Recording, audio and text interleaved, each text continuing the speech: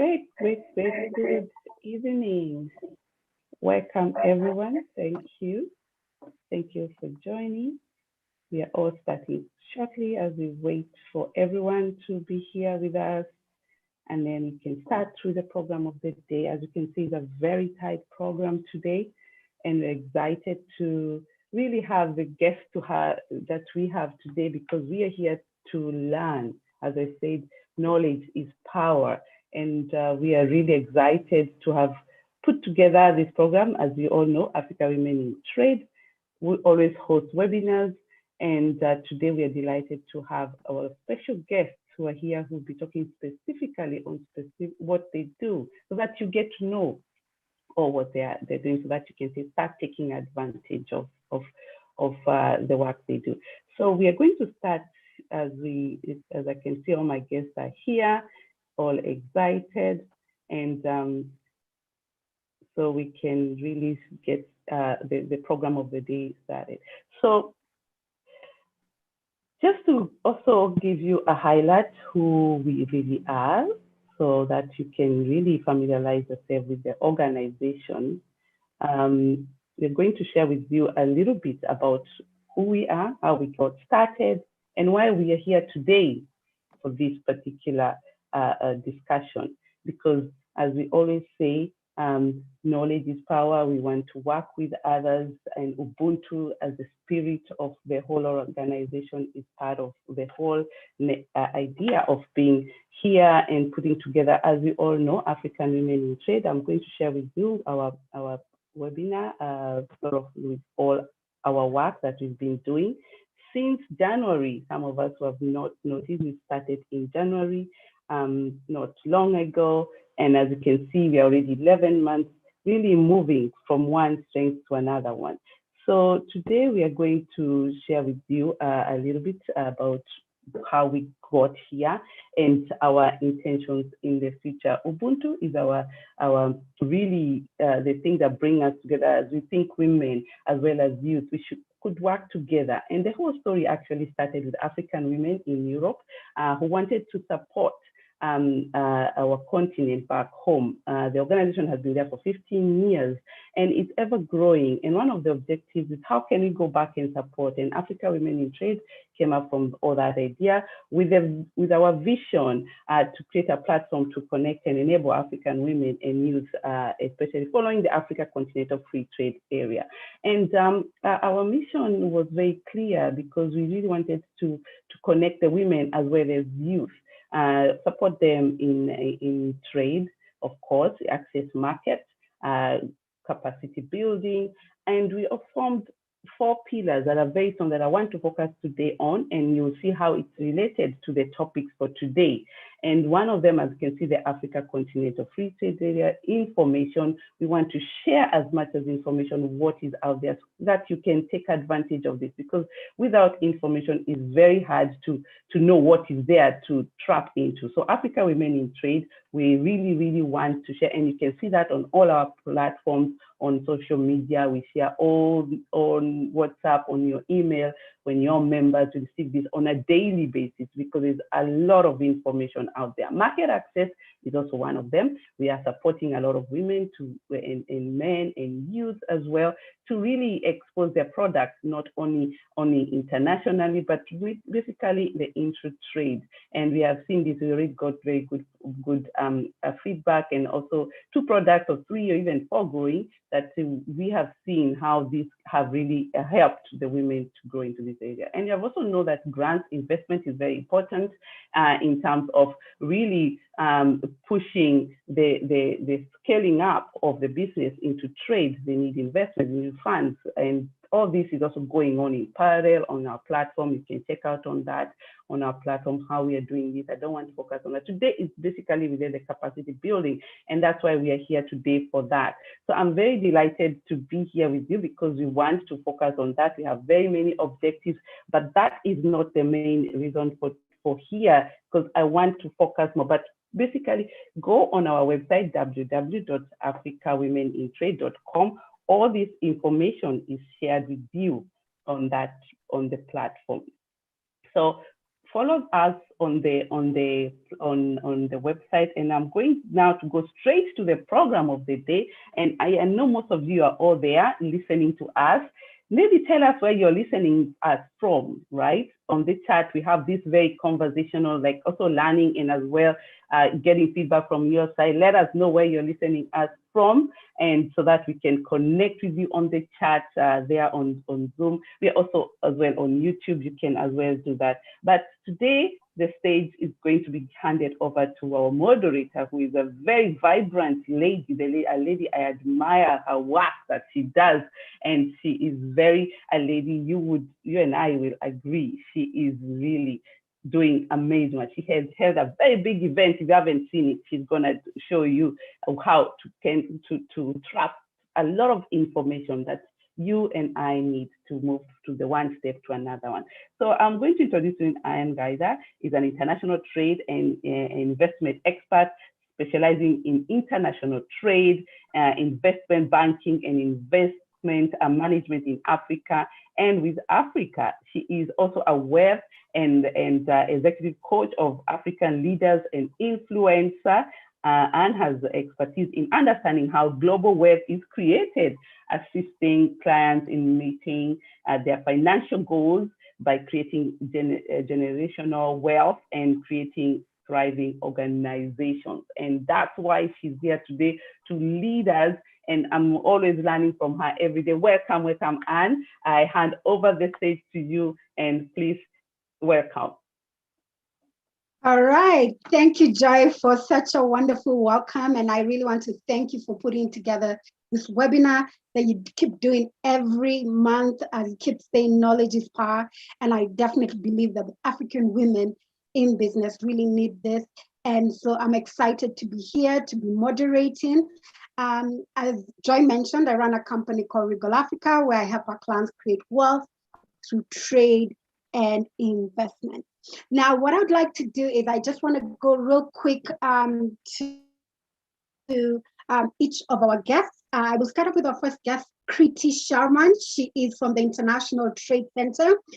She's actually the Associate Program Officer at the SHETrade program at the International Trade Center. So Kriti, I would like you to put your video as I go ahead and just read her bio so you understand why Kriti is here to really share with us about ITC SHETrade. And I have firsthand experience to tell you that they are putting, it's not about talk, they're putting in the work, they're supporting women in business. The last Africa Trade Conference that I did, ITC SHETrade came in and supported me. And they're actually doing a lot of training and making sure that the right information is there so that all of us, both men and women, can be able to go ahead and take advantage of all the opportunities presented in trade. So I'll go ahead and just read the bio for Kriti Sharma. As I mentioned, she's the Associate Program Officer for the International Trade Center, which is a joint agency of the United Nations, UNCTAD, and World Trade Organization. In her last 3 years at the International Trade Center, she has worked closely with several women and entrepreneurs just like yourself and stakeholders from Africa, Latin America, and Asia to implement a results-based management framework and to strengthen the SHETrade initiative goal to connect 3 million women to markets. Her academic background includes a master's in international affairs from the Graduate Institute of Geneva and a bachelor's in economics from the University of Delhi in India. So I'd like to go ahead and welcome you, Kriti, to this webinar today. And I'd really like you to tell us more about what ITC SHETrade is doing. How do you support women, especially MSMEs, because those are the majority of the women-run businesses are, and really, how do they participate in international trade, be it intra-Africa trade, global trade, through the training opportunities that you present at the SHETrade program. So Kriti, we welcome you, and we can't wait to hear all that you want to share with us today so that we can really learn what is it that ITC SHETrade does. So welcome, Kriti.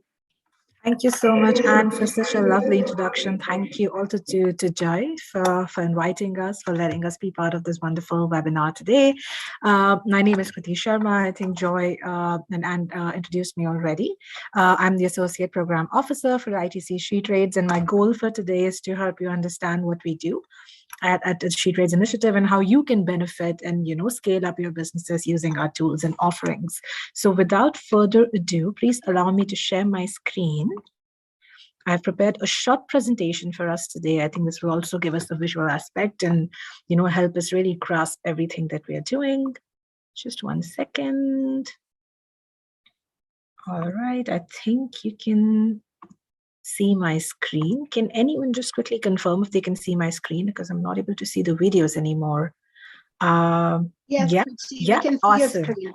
Amazing. Thank you so much, Anne. So I think I gave the brief introduction already. So let's get started. I think on the agenda for today, this is going to be a quick, meeting, but very rich, very intense in terms of content. So make sure you're absorbing all the content. If you have any questions, write them in the chat box. We'll be very happy to perhaps take them or follow the moderator's guide on how to approach that. But I will talk about what exactly is the SHETrades initiative, what are our platforms and tools, and for all our African women today, what is exactly are we doing in Africa and how you can benefit from that. All right. So I think for those who don't know, we are the International Trade Center. We are 50% UN and 50% WTO. And we are actually the only international organization working with SMEs and focusing on their internationalization. So what we do and what our mandate is to make sure that we achieve inclusive growth and poverty reduction through trade. And when we talk about trade, we want to make sure that we increase trade from SMEs, MSMEs, women-owned and women-led businesses, but also nurturing a more conducive ecosystem in general. So within ITC, I work for the SHETrades initiative, which is our flagship initiative on women's economic empowerment. And our goal is to connect 3 million women to markets by the end of this year. So we are coming to the end very soon. We'll shortly be announcing where we are. But what we actually do is we bring together key stakeholders. So we bring together policymakers, private sector, financiers, chambers of commerce, business associations, and help nurture a very effective and enabling ecosystem using 7 key pathways that we believe are key to unlocking women's access to markets. So let's just quickly take a look at what these 7 pillars are. All right, so to begin with, we work to champion and mandate sex disaggregated data, because what we cannot solve what we don't know, right? So we need to collect this data to create evidence and make sure that we know exactly what is the problem and how we can battle it. Number 2, we work with policymakers, key stakeholders, civil society across the globe to make sure that we are implementing and enforcing policies that are conducive to women, that actually work for women, that are made by women for women. And I'll shortly describe more about this pillar as well. Number 3, we work with corporations and public sector to make sure that women can benefit from their tenders, from their sourcing opportunities, that they don't have barriers to access all the tenders and procurement opportunities that are available. Number 4, again, our work with corporations and government contracts. Number 5, enable market access is the bread and butter of ITC. So we have, 7 floors of experts in this building. We work, one-on-one, provide hand-holding support to MSMEs, to women-led businesses, chambers of commerce, cooperatives. We make sure that we are working to improve the quality of their products and services, and then eventually connect them to new market opportunities. This could be national, regional, international, etc. Number 6, unlock financial access. So we realize that especially with COVID, there's a lot of stress on cash flows, and women's financing gap has even widened. So we have the investment arm of the initiative through which we are fostering gender lens capital for women. More on this later as well as we proceed. And number 7, we are working to ensure that women have equal rights to access property, lands, and other resources. So these are the 7 pathways to unlock women's economic potential and make sure that they are integrated in the global economy. Moving ahead, so where are we present? So as you can see on this beautiful map, we are present in over 25 countries, very, very active in Africa. It is a priority region for us, but we are trying to expand our footprint more and more and rapidly increasing presence in Latin America and India as well. And I'll talk a bit more about Africa as well as we proceed.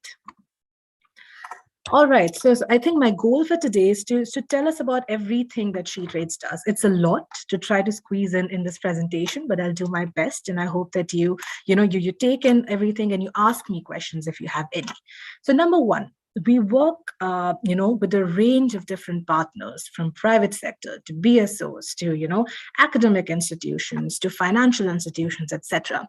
And some examples that I can take, so we realize that women actually have, a disproportionate impact of logistics and trade. So they face high costs, they face more corruption, sexual harassment is very common as well. So what can we do, right? So we teamed up with UPS, which is the big logistics company. They move 2% of the world's GDP every day.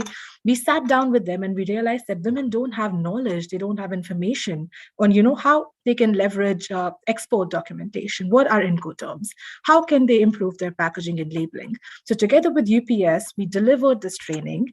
And then in some certain select countries, we're also offering discounts to women so that they can improve their shipping, not just to within Africa, but also global markets such as US and UK.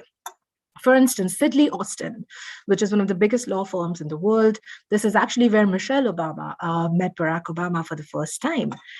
We are working with them currently to deliver a legal webinar package, focusing a lot on how regulations around the world have evolved and changed in the post-COVID era.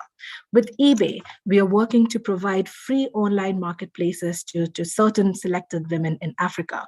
With Visa, we are working to ensure that women have access to mobile payments, they are able to digitalize more quickly and rapidly, as is important during the post-COVID era.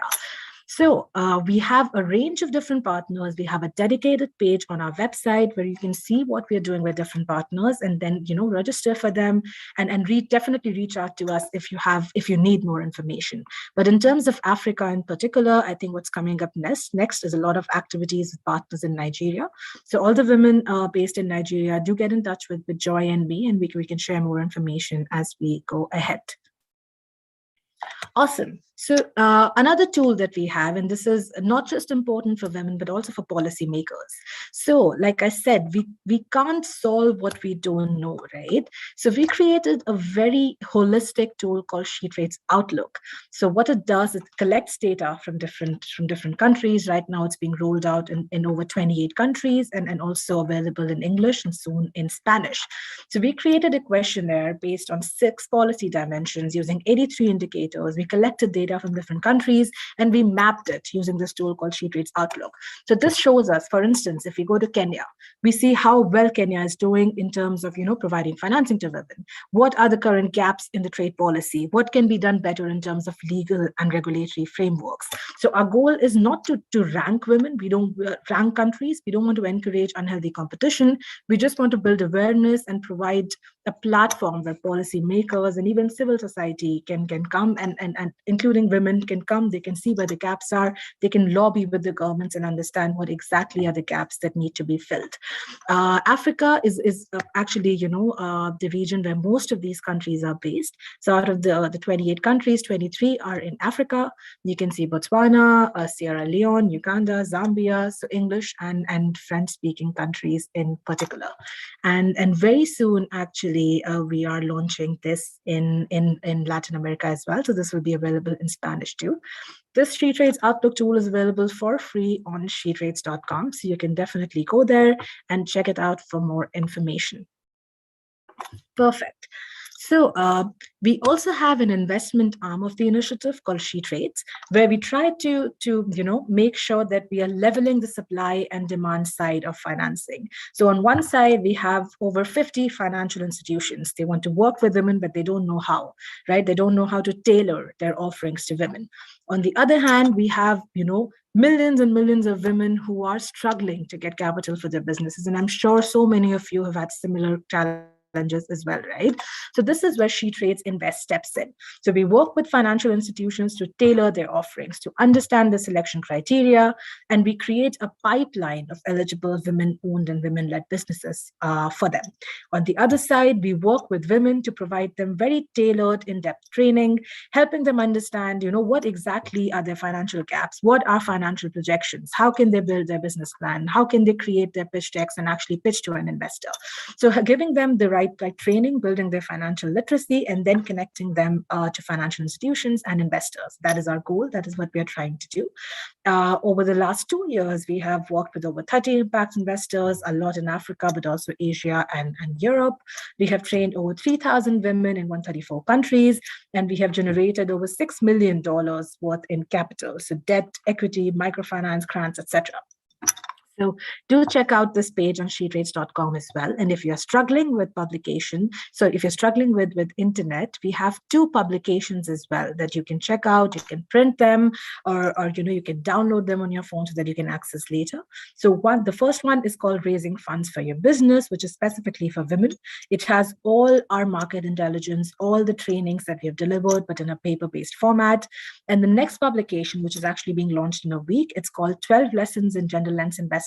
So this is mainly for financiers or institutions who are looking to get into gender lens financing. So it includes recommendations from us and also case studies on successful co-delivery that ITC SheTrades has done with financial institutions in Africa, Asia, and Latin America. So do check out more information on this as well on shetrades.com. Right. So, I've been talking about SheTrades.com, and it might be a new word for everyone. So let's now understand what exactly is SheTrades.com, right? So this is an online platform which is available as a free website and mobile app, UN public good, available in English, Spanish, and French. So this is where, I think our global community of women entrepreneurs, private sector, financiers, policymakers, they all come together to do many different things. Number one, they can network with each other. So this is where a woman, say from Nigeria, can connect with a woman from Mexico to network, to do business, to engage and explore new market opportunities. On SheTrades.com, you can also sell your products and services, and you can also buy from other women-owned and women-led businesses. If you have a business association or a chamber of commerce that you're working with, for instance, I see that all the women here are working with African Women in Trade, right? So we encourage all the associations to register as verifiers, because when they do that, all the women in the network can then go to the Africa Women in Trade profile and ask to get verified. So once you do that, you have a tick mark next to your name, which makes you more credible, makes you more interesting and more appealing to potential business partners. SheTrades.com is also where we have all our events, all our videos, success stories, publications. So you keep track with everything that's happening, but also other events that should be on your radar. This is also where you can create forums to ask questions, build a community of the women that you engage with, start a conversation, start a dialogue, make sure that you are connected with the latest trends that are happening in the market. And this is also where we have a very holistic learning curriculum. Ranging from webinars, e-learning courses, virtual training modules, etc. So let's just take a bit deeper look into what are these training offerings that we have. So within SheTrades.com, as I mentioned, we have embedded our learning platform, which is called SheTrades Virtual Learning. So this is where you can access all the e-learning materials that we have. So starting with webinars, which are 1 hour each, pretty much what we're doing today. We get a speaker from the private sector to deliver content. But this is a bit more soft touch, so because it's 1 hour, you can't really squeeze a lot of technical rich content in 1 hour. Then we also have e-learning courses, which are a bit more holistic. They are 4 hours of learning material that you can take over 2 weeks. You get tutor interactions, quizzes, evaluations. You also get a certificate from the United Nations once you finish that. But these are 2 extremes. So in order to find a midway, we have also recently launched virtual learning modules, which are 45 minutes to 1 hour each, very dynamic audio-visual components. This is something that you can access on your desktops or on your phones as well, so at your own pace, at your own comfort. And these are available in English, French, and Spanish. And this is something that we're also co-creating with a lot of our private sector partners. So as you can see on your screen, UPS has actually created 6 of these courses with us. So very, very rich technical content on warehousing and logistics, on logistics for e-commerce, on how you can improve customer experience. So in case you haven't accessed this already, I really encourage all of you to go to SHETrades.com, register, and explore this platform. See what courses are good for you, see how you can benefit more. And very soon, actually, we're launching a self-assessment tool as well. So which is a bit like Uber for women. So you go to the website, you see this tool, you take this quick survey, and the tool will automatically tell you that, hey, these are your gaps, these are the courses you need to take, and please start your learning journey today. So we're making it very dynamic, very holistic. So make sure you take advantage of everything that we have to offer. And don't forget, it's all available for free as a UN public good. Perfect. So in addition to all the training materials, we also have some very important and relevant tools, because we realize as a woman entrepreneur, the most important, the biggest barrier that you face is the lack of reliable information, right? So make sure you are also checking out these tools. You can, you can go to this tool and identify, what are the recent tariffs that you need to keep in mind. What are the new trade movements in the post-COVID era? So some information available for free on SHETrades.com as well. Make sure you're going to the website and checking out these tools for your businesses. Another important repository that we are offering on SHETrades.com is everything that we delivered during COVID, because we realized that information is rapidly changing. A lot of businesses unfortunately shut down because they just didn't know how to stay afloat. So together with our private sector partners, we delivered a lot of resources for women last year, and these are now available for free for you to access. So for instance, if you want to go and understand how you can build your crisis management, what templates do you need to use to build your resilience, right? How can you make sure that you are leveraging cash flows? How can you identify new trade movements? How can you digitize your businesses? So all of these resources are available for free on SHETrades.com on a designated page. So make sure that you are also using this as you evolve your COVID strategy for your businesses. Perfect. So I think my basic message here is that don't forget to register to SHETrades.com. This is a tool for you. It's very dynamic. It has so much to offer. It's a very simple registration process. You can even register using your social media accounts, but make sure you're going there, you're exploring the platform, and register today. And let me know if you have any issues or any questions about that. So as I spoke for so long in terms of all the offerings and everything that we have. So maybe I'll give you a quick snapshot of what SHETrade has achieved so far. So we have raised over $382 million in trade and investment opportunities for women. We have directly trained over 30,000 women-led businesses. We have created a global network of 350 partner organizations, and we are working with these key stakeholders to create a nurturing and enabling ecosystem where women can trade, where women can soar higher, and they can build forward better, especially in this COVID era. So I think the most important, and also my last slide, right? What are we doing in Africa? How can you benefit, right? Because right now I shared a lot of tools, but we also work through projects, through hubs, through many different things. So let me just quickly walk you through all of this. So to begin with, we have 6 hubs in Africa. So they're in Kenya, Nigeria, Mauritius, Egypt, Morocco, and South Africa. Now, what is a hub? So a hub is when the government agency approaches us and they say that we want to implement the SHETrade initiative, which is applicable, which is relevant for the women, and we want to make sure that we're responsible for all the implementation. So they come to us, we launch the hub, which is anchored around a host institution, but ITC SHETrade is available to provide supervision, our tools, our methodologies, our resources, because our goal is to create an instrument that is self-sustaining. We want to make sure that we are building a model that doesn't need us in the long run, and that prioritizes gender and makes that a priority in action plans. So in Kenya, for instance, our host institution is ABSA Bank Kenya. In Nigeria, we're working with NEPC. In South Africa, we're working with Small Enterprise Development Agency, SEDA. In Egypt, we're working with the Export Development Authority. So we have a designated page for SHETrade's hubs on SHETrades.com. Definitely go there so that you can have more information on how you can benefit, how you can register and take part of all the activities that we're delivering under the hubs. Next, SHETrade's Outlook. So I already mentioned we have 28 countries in Africa that are a part of SHETrade's Outlook. This is available for free on SHETrades.com. So definitely go and check it out, share with your networks, use this tool the next time you are participating in a public-private dialogue. It has 80% new data on trade and gender. So very timely, a very relevant tool that needs to be used more, that needs to be shared more. Definitely take advantage of this amazing tool. Then we have in-country projects in a lot of different countries. Now, what exactly is a project? A project is something that's funded by a donor institution and implemented by ITC. So this is where we are usually focusing on a specific value chain.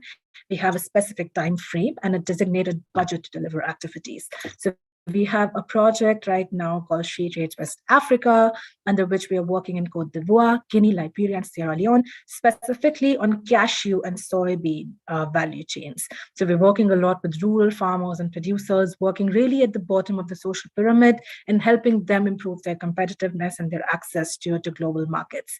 We also have a project called SHETrade Rwanda. We're working a lot in the coffee value chains and trying to use new technology and blockchain actually to optimize supply chain and boost production techniques and tracking. So another very important project, if you are based in Rwanda or you know anyone who's based in Rwanda, go to the SHETrade Rwanda project page, register there and participate in all the activities that we're doing. We're also working in the Gambia, focusing a lot on agriculture and textiles and garments value chains, but also creating a network for women to receive financing. So definitely, if you know someone who's based in the Gambia, do check out this project on SHETrades.com, register for it. A lot is happening in this project. It's ending soon, but I'm sure we'll create a hub there. So activities will not end anytime soon. And lastly, I think AfCFTA, this is where we are working with, women's business associations in Africa, making sure that they are aware of all the opportunities that are presented under AfCFTA, but also creating a platform to connect women entrepreneurs and policymakers to make sure that we are making the AfCFTA more inclusive and more gender responsive. So at the moment, we're delivering a lot of workshops, a lot of advocacy and networking events. We have created over 9 policy briefs and recommendations on key topics that women need to be aware of in context of the AfCFTA. These are available for free in English and French on SHETrades.com. So definitely go and check these out, and do let us know if you'd like to be more involved in this particular project. And lastly, we also have some countries where we don't really work in terms of hubs and projects, but we have a network of partners. So in Uganda, we have actually a very wide network of financial institutions, a lot of microloan providers. So if you are based in Uganda, if you're looking for financing, do let me know. In Ghana as well, we are working very closely with the Ghana Export Promotion Authority. In Ethiopia as well, we have a huge network of partners. And Zambia, a country where we recently wrapped up a project, but we are working very closely with Zambia Development Agency, with ZAFAWeb, with a lot of financial institutions and private sector in the country as well. So these are countries where we have an active presence. So if you're based there, you can definitely reach out to us for more information. But in order to do all of that, firstly and lastly, don't forget to register at SHETrades.com. This is your access, this is your tool, and this will make sure you have all the information that you need to truly benefit from everything that we offer. I think from my end, this is it. A big thank you to all of you. I don't know if you have time for questions and Joy, but maybe I'll follow your lead. But in case you have any questions, this is our email, and I will share the links in the chat box as well. Thank you very much. All right. Thank you, Kriti, for challenging all of us women to participate and be registered at SHETrades.com. And especially if you're a member of African Women in Trade, they are able to verify you, and that is where you get all that information.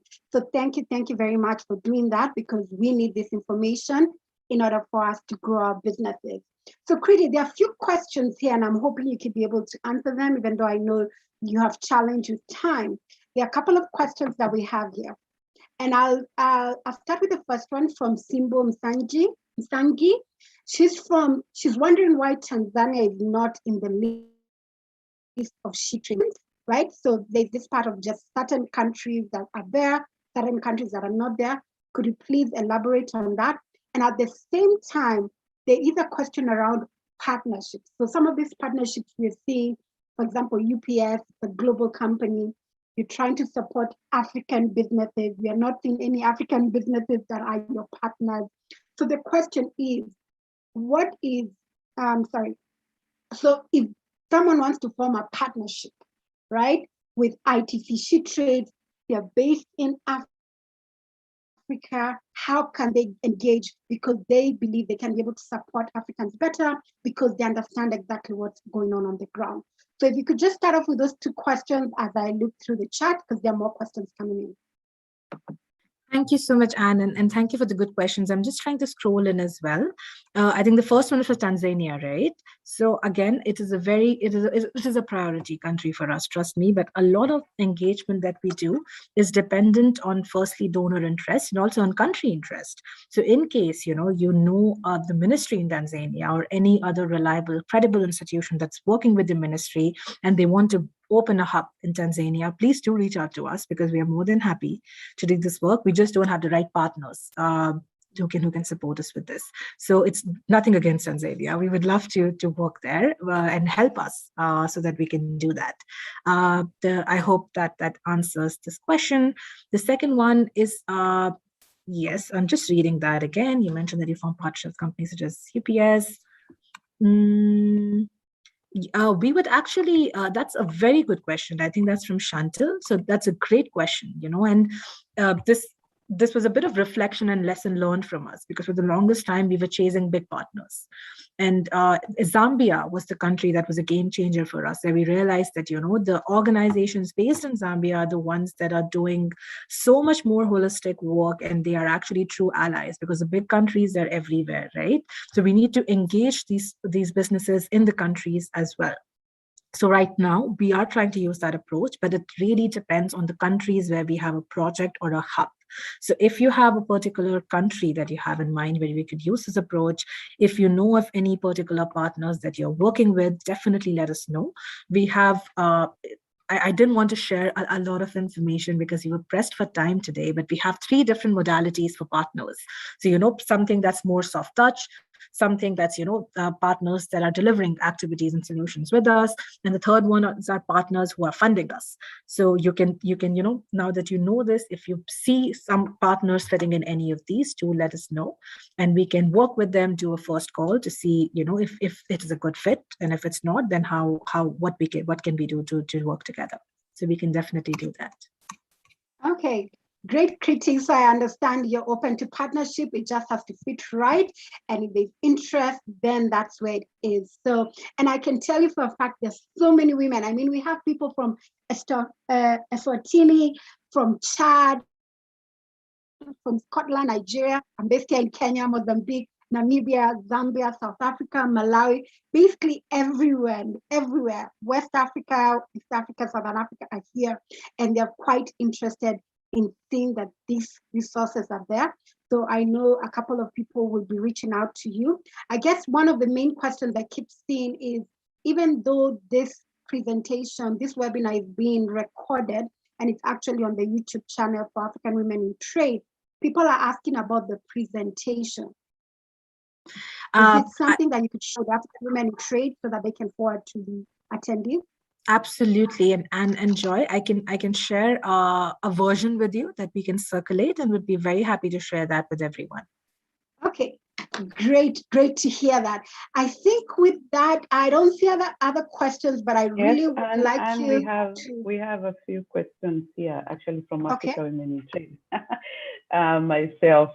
So let me just add.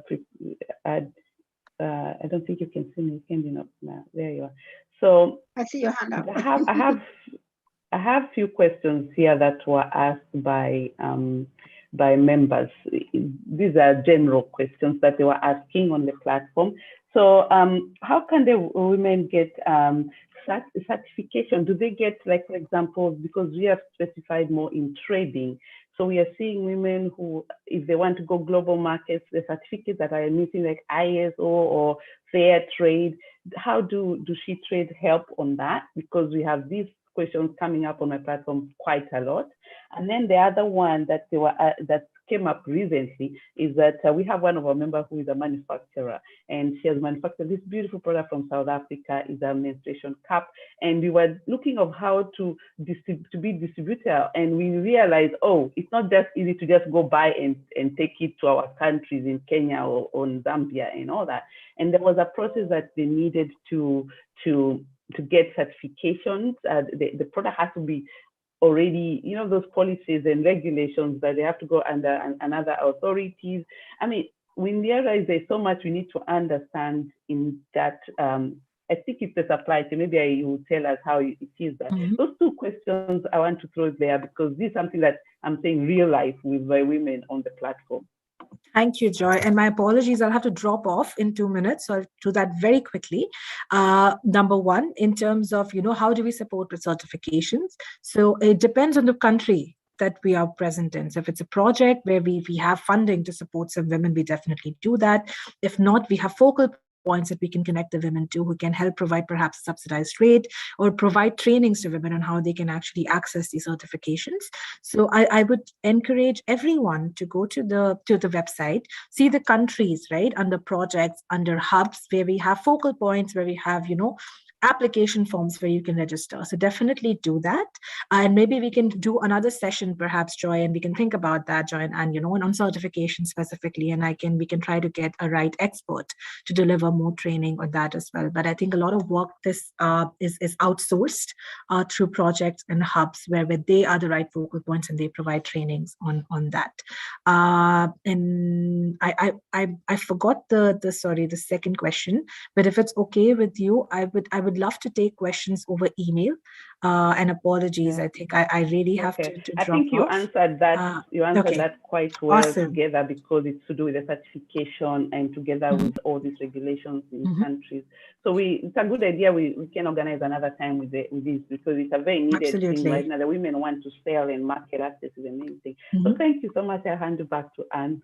Thank you so much, everyone. Thank you for having me. Wishing you all a lovely day. Bye. Bye, Kriti. So you can see she's quite busy. And I do know a lot of people at ITC, they're quite busy. They're trying to share this information far and wide. So I would say just much of the information she's shared, be part, register at SHETrade.com and get all that information. We will be sharing the presentation, so you will see her email. Reach out to her if you have any questions, and I know she'll be able to answer. And if anything, you can reach out to Joy and the team at Africa Women in Trade, and they will go ahead and support you with that. All right, so thank you very much. I'd like to now introduce our next speaker. Her name is Beatrice SHETrade. I hope I said it correct. So Beatrice, she is a senior expert trading services. Really, she is part of the AfCFTA support unit, focusing on trade and industry department at the African Union Commission in Addis Ababa, Ethiopia. She's right in the middle of AfCFTA. They are the brains behind it. They are making sure that they are focused on saying that even though it was launched January this year, it's operational. Implementation is very important. And so today we'll be listening to her as she goes ahead and shares with us what has been happening since January. But before she comes right in, I just really want to share with you a little bit about her bio so that you can have a better understanding about Beatrice and what she does and what her background is as she continues to work in the space of trade. So Beatrice SHETrade is a lawyer specializing in advising and supporting African governments with regional and international trade policy processes. Currently, she works, as I mentioned earlier, as a senior expert in trading services at the African Commission and on the negotiation to establish the Africa Continental Free Trade Area. She has also worked as Director of Policy for the Ministry of Trade and Industry in Sierra Leone and as a Program Director for the Foundation for International Environmental Law and Development in London, supporting developing countries, negotiators at the World Trade Organization. In addition to her position in the AUC, Ms. Chateau owns her own corporate law firm, Chariot Aids, in Freetown, Sierra Leone, offering legal service to local, regional, and international clients. She also conducts legal and economic policy research on various issues affecting Africa and is interested in horticulture, packaging design, and well-being within the private sector. Her experience includes DFID, the European Union, and FAO of the UN. So you can see that Beatrice has wide experience, not only in Africa, but globally. She's in private sector with her law firm, but working with the African Union. She's well-rounded. She has legal backing, which that is very important when you're talking about trade. And so she's here to actually tell us what the progress has been. What has the progress been? Because a lot of people are saying, we see all this happening. Majority of African countries have ratified, but our deals closed because of AfCFTA. And what does this mean for SMEs, especially women in trade? So Beatrice, I'd really love to hear what you think about what's going on so that our women can really understand the opportunities are there, what do they need to do to actualize to make sure that this is being implemented. So welcome, Beatrice, and share with us your thoughts. Thank you so much, Anne. Oh, I got a little echo, sorry, apologies. Thank you so much, Anne. And I want to just start by saying thank you to AWT and particularly Joy Zenz for inviting me to participate in another one of the very valuable AWT webinars. I'm very happy to be here. Just a slight correction, Anne, as progress has been made on the AfCFTA, so has progress been made in my particular circumstance. I was transferred from the African Union Department of Trade and Industry to the new AfCFTA Secretariat that is now based in Accra. And so we continue to facilitate the negotiations from Accra, assisting to make sure that negotiations and then eventual implementation takes place as planned. So with that, okay. I just want to, thank you, Anne. Yeah, I just wanted to start by saying, as you all know, the AfCFTA, quite a lot has happened in 1 year, but it's all kind of like sort of like under the water. If you can think of like a duck or a swan, kind of making progress on a pond or a lake, underneath the little webbed feet are kind of going fast, as fast as possible. And it just looks as if the duck or the swan is just like gliding along on the water quite effortlessly. So that's how I kind of think of the AfCFTA. So I of course, just want to tell you, of course, about the AfCFTA. It's one of the flagship projects of the AU. The idea is to expand intra-Africa trade. It covers this huge market of over 1.2 billion people. And it's really designed to improve Africa's overall GDP. And it's going to be the world's largest free trade area in terms of participating countries. It's also estimated that GDP will grow by up to 16 trillion by 2060. And of course, there's the demographic dividend, which means that because of our youthful population, the world's working age population will mostly be in Africa by 2050, 2060. We talk about the AfCFTA, but effectively, what is being implemented is this agreement that establishes the African Continental Free Trade Area. So it's the legal instrument. And so what does that just kind of like tells you, that picture just gives the kind of pictorial view of what happened in Kigali in 2018. So then it was signed into law. It entered into force on the 30th of May, 2019. It now has 54 signatories and 39 state parties. So already it is quite a large trading area. And of course, as you all know, the start of trade was launched on the 1st of January 2021 this year. What is it supposed to be doing? Well, there's a protocol on trading goods and a protocol on trading services. Already that is quite a lot of trade in Africa.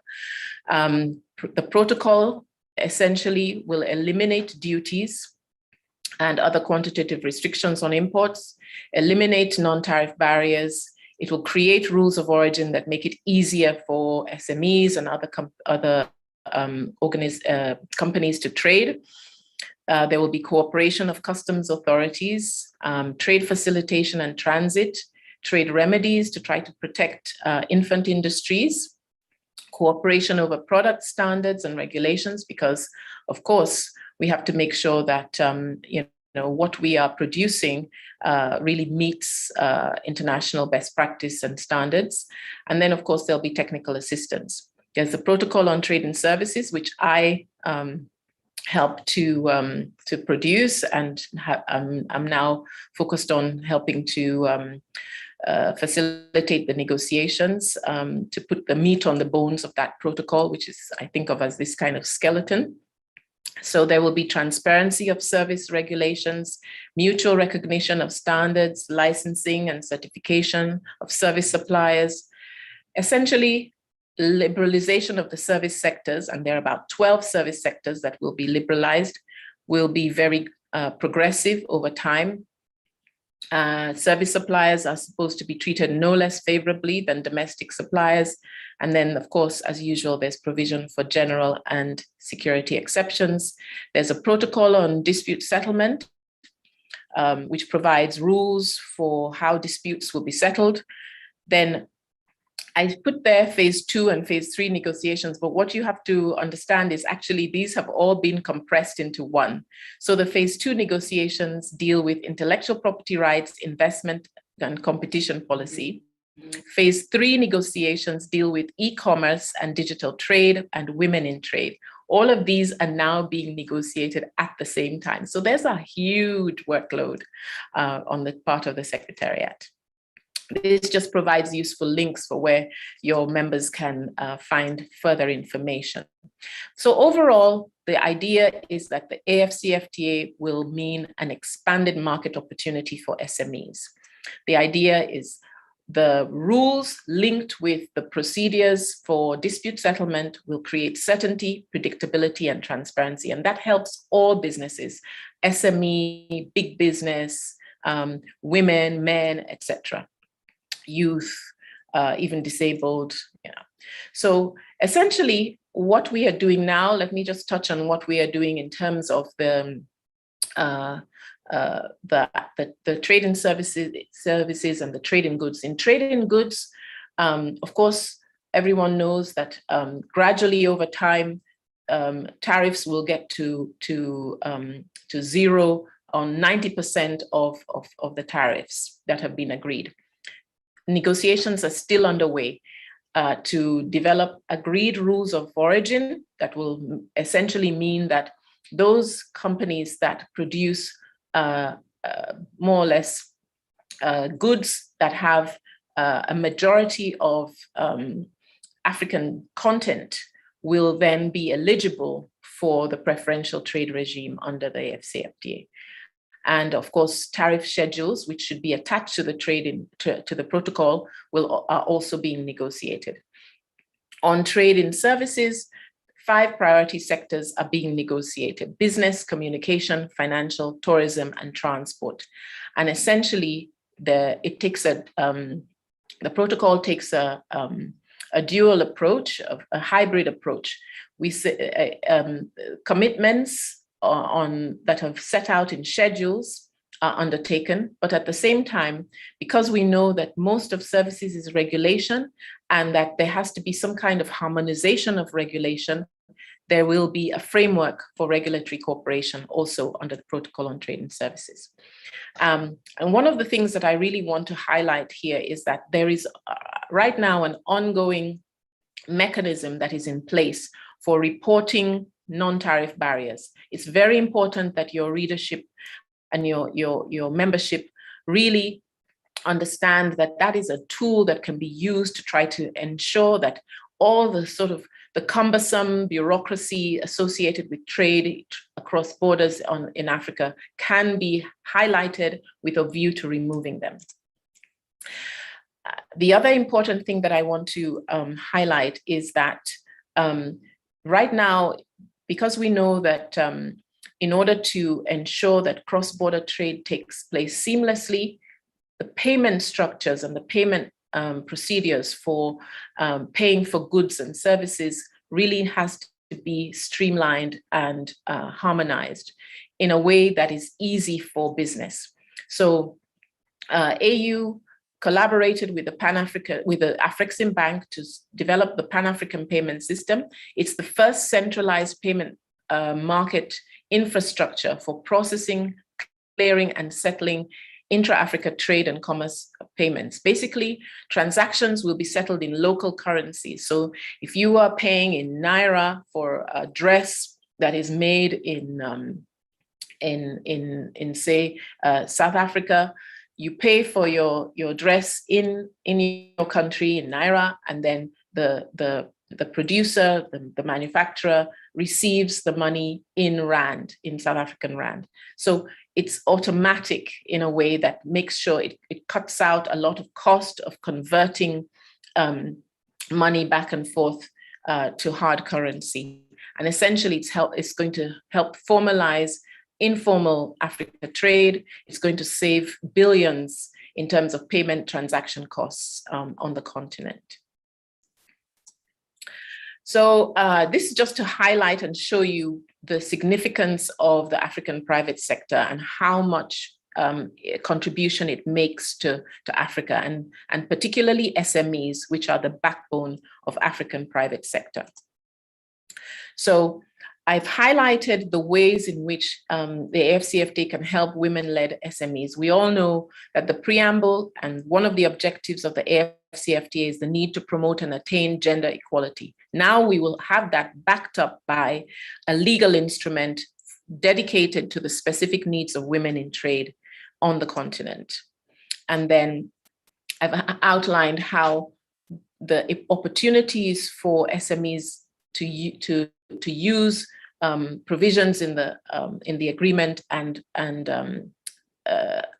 use the opportunities through the development of value chains. But the primary impact of the AfCFTA is that it will be reducing transaction costs, reducing trade costs.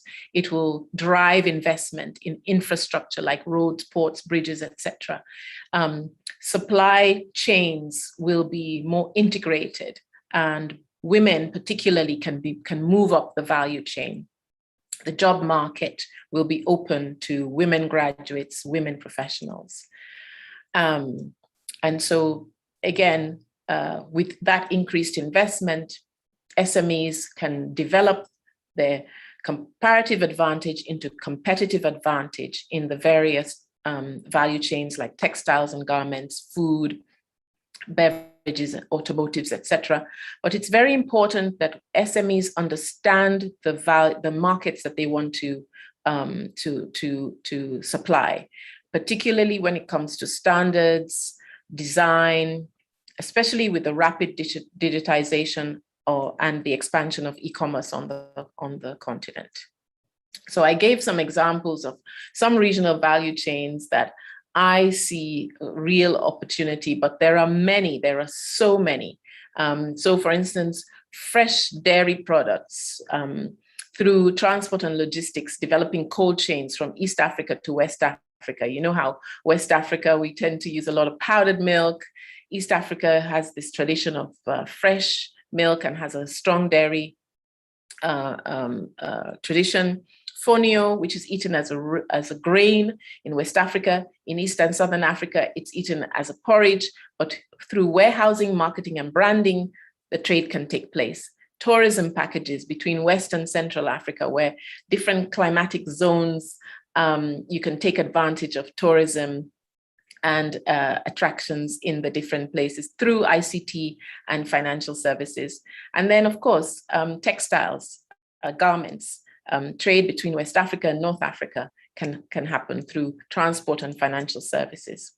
So it's really important that there's capacity building and training needs for SMEs are addressed to strengthen their export competitiveness. Financial services are really critical to open up access to finance and credit. Remember that financial services will be liberalized in the first round of services negotiations. That will make it easier for SMEs to access finance and credit. Then I already mentioned the PAPs. Specific funds can be set up.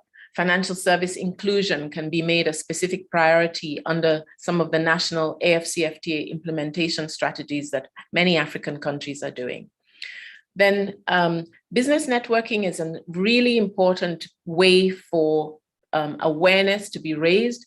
With the weight of the private sector, I believe that information and trade intelligence can really help SMEs specifically to understand where the opportunities are. They can lobby their governments to provide further information and to provide the requisite trade infrastructure to take advantage of these opportunities. Essentially, the voice of the private sector has to be heard. They must have a seat at the table with policy making, decision making, especially when it comes to things like standard setting, harmonization of regulation, to make sure that businesses aren't overly burdened by differing standards, differing product regulations in different markets. And then just to highlight the need to target and encourage participation of SMEs in that process. And even as the negotiations continue, the interests of the SMEs and the wider private sector need to be heard. So my final thought is just that the African private sector just needs to be armed with the necessary information. Two things I want to highlight here. I think all private sector needs to read the AfCFTA agreement, both protocols, protocol on trade and services and trade in goods, find out all about the AfCFTA through their relevant national level organizations such as chambers of commerce, ministries of trade, business support organizations. They should also then find out if their governments already have a national AfCFTA implementation strategy in place. If that is the case, they need to get hold of that document to find out how their private sector interests are represented and where in that strategy, that country's competitive advantage within the AfCFTA have been identified in that strategy to enable them to identify the relative markets. And I believe that if the private sector really has a voice, then the AfCFTA implementation will be smoother and the private sector will be able to leverage the advantages for their own interests and for the interests of the wider public. So Anne, I will stop here and I look forward to a discussion based on what I presented. Thank you. All right. Thank you, Beatrice, for sharing with us what it is that the AfCFTA Secretariat has been doing, the work that you're doing in Ghana, not in Ethiopia, as I aired before. So thank you for that. A couple of questions are coming in, and just not to repeat, but I think what I heard you say was the protocols are in place, trading goods, trading services, but the rest of them are progressive, right? They are being worked on currently. And so what this means that in time, everyone will get the full benefit but this is a process. So the business community has been saying, okay, we have this, we're not seeing results. What is going on? What you're telling them is it is happening, maybe a bit slow, government policymakers versus private sector, as we're all about making money. So what you say, it's progressive. The other thing I really liked, which I think you emphasized, was the fact that there is online reporting, especially about non-tariff barriers. Besides the tariff, those have been reduced. That has been eliminated. Fine, taxes have been reduced and everything. But the non-tariff barriers, why is it so hard for me in Kenya to export to Namibia? And it's very easy for someone in Namibia to export to Europe. Like, it doesn't make sense. So that is what you're saying, and what you challenge in the business community is go online, report, so those things are looked into, because if you don't know, then nothing can change. I think I had that loud and clear. And the third thing that I really liked was really about payment structure and what the African Exim Bank have done. I'm a banker by profession, and let me tell you, so the financial service industry is very interesting. But what you're saying, before, if I needed to do business in South Africa, I needed to change my Kenya shilling, $2, then the dollars, 2 rand, but that is being changed. Now it's my Kenyan shilling, it's going directly to rand, which eliminates a lot of costs. So again, that's music to the business people's ears. So I'm really glad to see about all that is happening. I guess the main question is, why aren't people feeling it on the ground? It's been going on since January. Why, if I go into more questions, why aren't the business people feeling it on the ground? They still have challenges moving from east to West Africa, west to north, north to south. What do you think, and what is the AfCFTA Secretariat doing to make sure that these challenges are eliminated? We could start with that as I get more questions from the audience. Yes, thank you, Anne. You kind of touched on it a little bit, because you mentioned that what is in place is the framework agreement. It's 3 protocols, and the 2 active protocols, protocol on trade in goods, protocol on trade in services. Now, if you think of those as the skeleton, what is now being negotiated is kind of like the meat on the bones, the flesh, Then, of course, you'll then have clothes put on, etc. So there are layers of rules, regulations that will come. So the schedules of tariff concessions for protocol on trade in goods are still being negotiated. Once they are agreed and concluded, and they are then passed into law in the same way as you had the protocols and the agreement passed into law by, the signing and all this kind of thing, then business will feel it on the ground. So our job at the moment is to keep facilitating these negotiations, keep, helping and supporting the different countries like Kenya, like South Africa, like Namibia, like Nigeria, like, Mozambique, etc., to come to conclusion on this particular product will be 5%. That particular product will attract a tariff of 2%. This is what we are doing. And then on the schedules of specific commitments for the protocol on trade and services, on business communication, transport, tourism, financial, same thing. Okay. There have to be schedules that are the meat on the bones. And then, for instance, the regulatory cooperation framework that will help activate these commitments will help make sure that each business person can take advantage, can say, through mode 1 or through mode 4. I want to be able to sell my architectural services to from Burundi to Angola, something like that. Mm-hmm.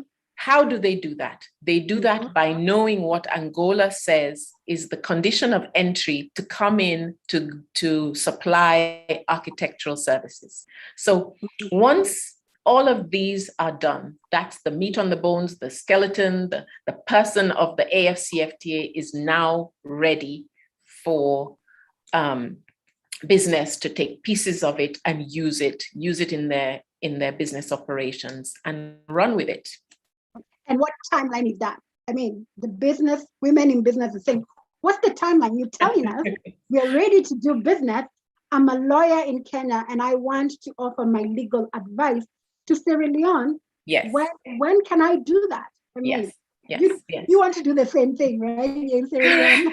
This is the right? $6 million question. Yes. It should have happened ages ago, but the timelines have been set by the heads of state. So for instance, this coming summit in February 2022, the schedules of specific commitments and the schedules of tariff concessions should be sent to the heads of state to say, this is now agreed. However, negotiations take time, things happen, little issues, and of course, COVID has affected how we can come together physically.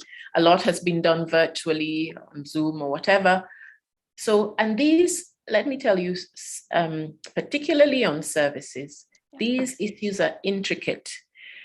The government officials have to keep consulting with the business community. They consult with the civil society. So even before they come to the negotiating table, they would have talked to their business community and said, look, this is what we're going to offer. This is what we say we can live with or whatever. Is that okay with you? Business will say, no, don't give away everything. We need to develop and blah, blah. So you have that dynamic in the negotiation. So you have to you have to take that into consideration. But at the crux of it, there is so much political commitment at the highest level for these agreements and everything, all these the meat on the bones to have been done yesterday.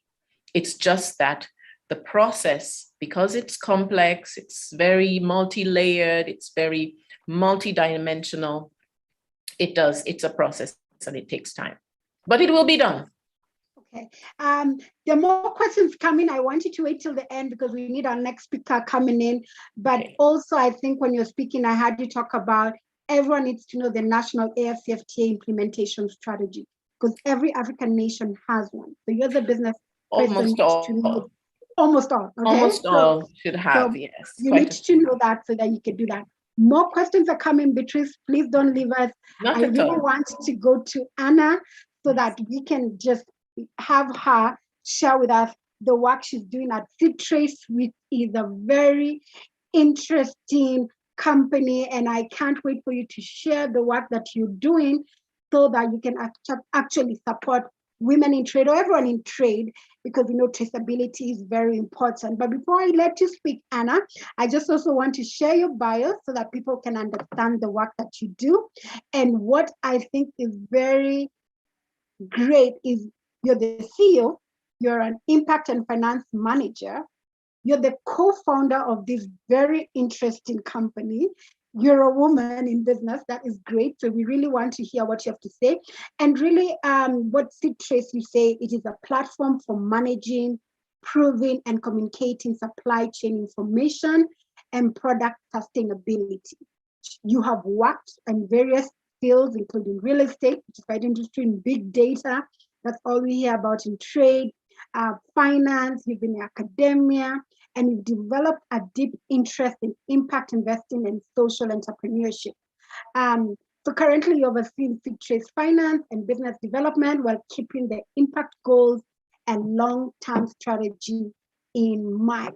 So there's a lot, Anna, that you're doing at SHETrade, and I know our women can't wait to hear what is this tool that they need. How do they access your platform so that they can be able to do more trade in Africa and globally?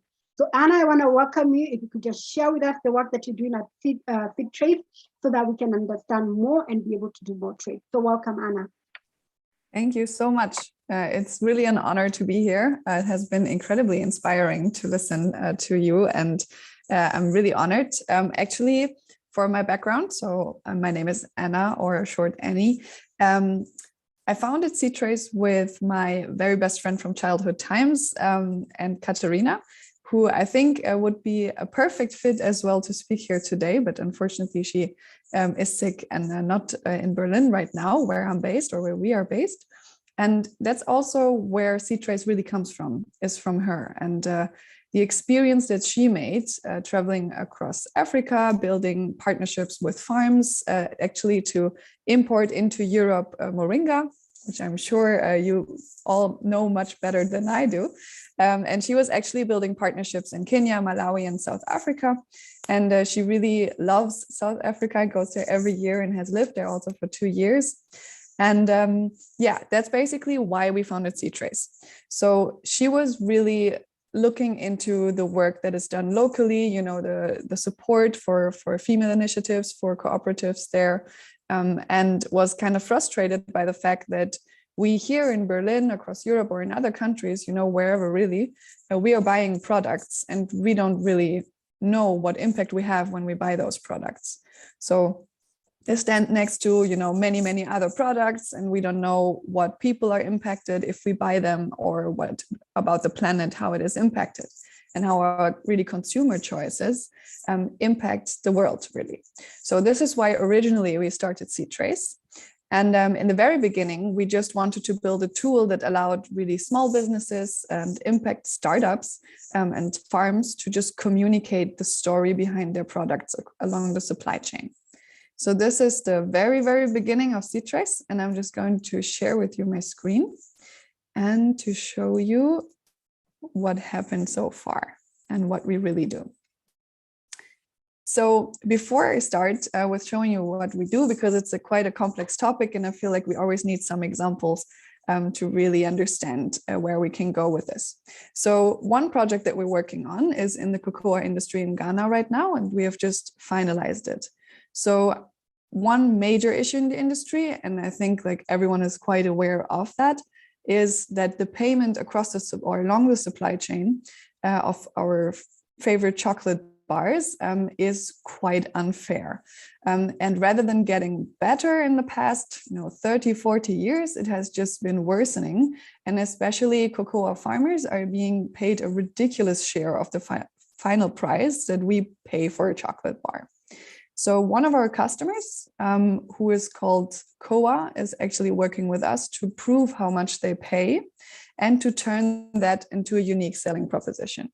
So them specifically working in Ghana, they are facing the issue that the average payment for the cocoa syrup in this case, or the pulp, really is worsening. So if you see this little statistic, I think it's just frustrating really, that in 1980, farmers were still able to pocket around 16%, and today it's only 6%. Now, I would say, luckily, the tendency tends towards consumers caring more, but at the same time, the information about sustainability, wherever it's social or ecological, is just such a jungle of information and certificates that neither the businesses that we work with nor the consumers really know how to figure things out and how to understand really what the impact is. So with COA specifically, just as one example, as I said, they are selling the cocoa syrup. So rather than using the beans, they are using the pulp that is usually thrown away, but more and more actually used. And they pay around 40% more than is paid on average to farmers across Ghana. They also work a lot with female initiatives, and they have always communicated how much they pay. So it was always transparent. You can always go on their website, you can see that a number of farmers has benefited that amount of money on average per kilogram. but they could theoretically tell anything there, right? So they came to us and they said, well, SHETrade, we would like to go beyond just communicating. We would like to prove it. Why? Because it's attractive for their buyers. And their buyers are like global chocolate manufacturers. So they don't really sell to consumers, but they sell to other businesses. For example, Lindt and other businesses in Switzerland a lot that produce the chocolate. And for them, they wanted to really turn this fair approach into a unique selling proposition, to justify a higher price, to be able to, invest into the local community in Ghana and the people, and to pay above average.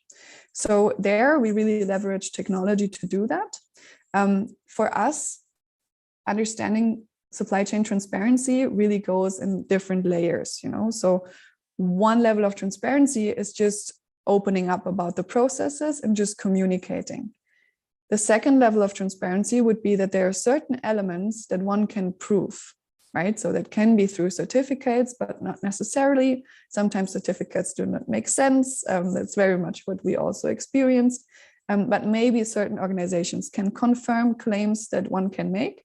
And then on some projects, we go into blockchain tracing. What that means really is that we in real time collect the data and make it available to everyone along the chain, including the consumers. And in this specific use case, what we do is, first of all, we supported the farmers in Ghana or actually COA, who are working on site with the farmers, to set up their processes and to gather the data in a clear way, basically. If they were using a G sheet, which we can work with as well, depending on the size, but we pushed them a little further to integrate into systems. Now, we basically, as SHETrade, integrate with their local data system and in real time kind of receive these claims. So every day we get these little messages to our system saying, well, this person has been paid that amount of money for X kilogram cocoa syrup. Once that happens, our customer has to supply proof that this has really happened, which is really nothing else but an invoice that is signed by both parties. This is already great. Like if you can do that and provide that to your buyers, wherever it's, in your region or wherever it's globally, that's already a level of transparency that most people cannot offer. But what we can do with COA, because they pay with mobile payments, is that we not only gather that data and get the invoices, but we can actually match the transaction data with the mobile payment provider through an API and check if it has really happened, if it has really arrived with the right person. So in this case, we are really able to prove the payments and to really calculate how much they pay per kilogram, rather than just opening up about it transparently, we can prove it. And now what happens is that their buyers can use it as a unique selling proposition, and they can, for example, put QR codes on their products, integrate it into their web shop, their website, whatever it is. And then consumers can scan the product, as you can see on the right side, and then can see all the transactions that have happened and all the verified data. And for them, this meant that they can sell more, and that it's more attractive to buy from them, although they are more expensive than most suppliers in the industry. So this is really what we are all about. We really want supply chain transparency to be a USP, and we want to support those businesses who really have fair and sustainable practices at the core of their business. And this is what our platform is supposed to enable for everyone, And originally, when we worked with really small businesses, and we still do, this is what we want to assure that it remains possible in the future as well. And by putting pressure through these kind of impact-driven businesses onto the bigger industry, we think that we can really push impact and scale impact beyond that. So from a business perspective, if we look at the small and medium-sized businesses that we mainly work with, there are 3 reasons why supply chain transparency is quite relevant and very much on the agenda. So the first one, we already kind of talked about it, is really the consumer, right? I mean, I experienced that in Berlin, of course, but I think it's a global tendency that people are tending to really want to know what's behind their product. So there's pressure from consumers, firstly. And if you are able to show transparently and credibly the impact, then two things can happen. The first one is that consumers are willing to pay more, and hence also businesses who might buy from you. And secondly, the customer loyalty increases. The other reasons, of course, is one is just supply chain risk management. So from an internal perspective, having visibility on the supply chain can really help identifying risks and being able to react fast. And then the last one are legal requirements. So I'm not an expert in the African markets, I have to admit. I would have to get my co-founder to do that. But I think we have a lot of expertise here already. What I can say is that in Europe, the supply chain transparency and also responsibility from businesses who are here and who are globally sourcing are very much increasing. So they're on the European level, but also on the German level. So for example, here in Germany this year, there is the Supply Chain Act that has been passed. It's a very soft law and there is a long way to go, but it basically means that companies who source from other countries have responsibility for the practices and for the way that their suppliers treat their workers, or how they, handle ecological factors in their CSR practices. So more and more companies are not only responsible for what they do themselves, but also for what their partners, suppliers do, and the impact that they have on people and the environment. So how this actually works and what it can do, you can imagine it on 3 levels that I briefly touched on in the beginning. The first level is that you can really just log into our platform and then manage product data. So this is very simple. It works for very small businesses, especially if the supply chain is not extremely complex from where you're standing, but maybe we also work with fruit producers or farms that do not actually produce foods in a sense, and with a water company and many companies that don't have so complex supply chains. And you can basically log in, and I'm just going to show you if that works, how that looks like. So you can just log into our platform and then basically manage product data. So here you have an overview of different products. This is now just some dummy products and copies of clients, so we don't falsify any data or analytics. But let's, for example, look at a cocoa example. So here you manage all product data.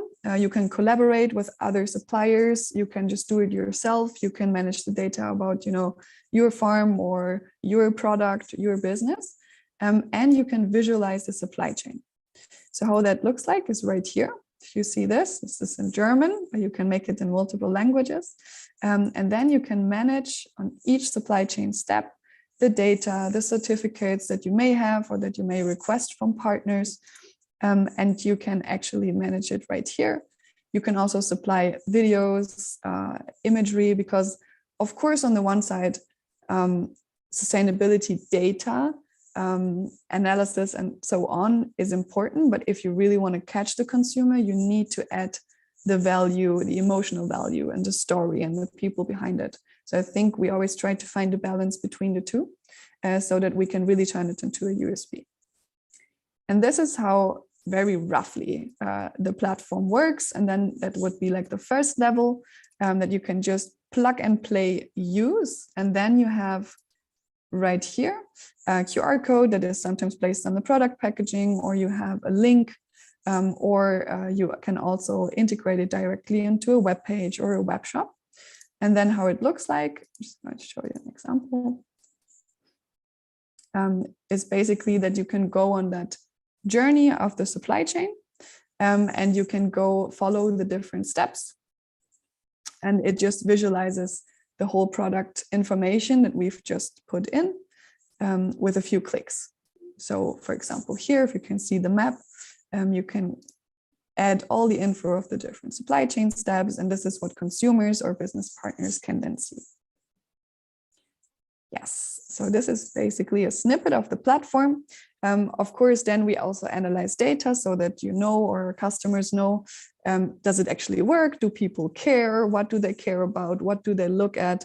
how many people scan my QR codes, do they look at the info in the web shop, and so on and so forth. So this is where we come from.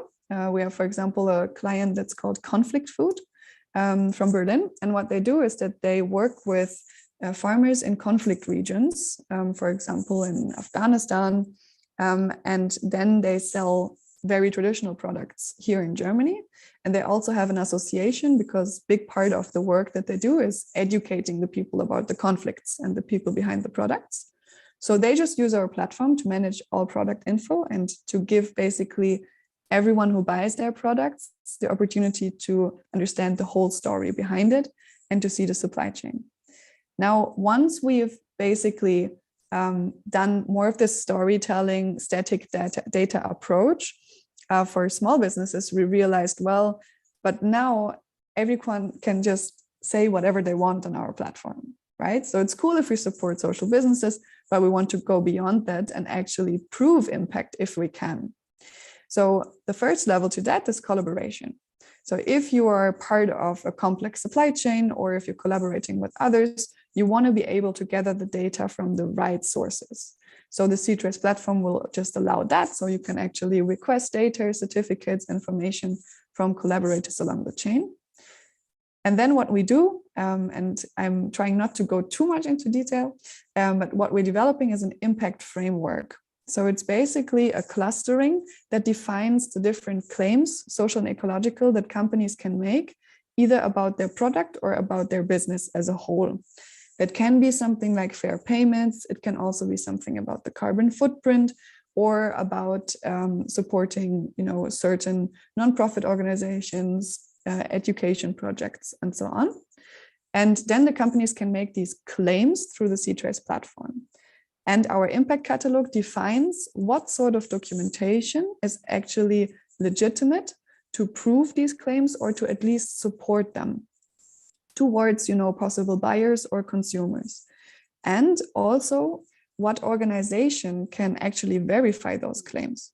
That can be a certifying organization. So for example, if a company is SHETrade certified, then the SHETrade organization could go on the SHETrade platform and say, well, this claim is actually true, we confirm.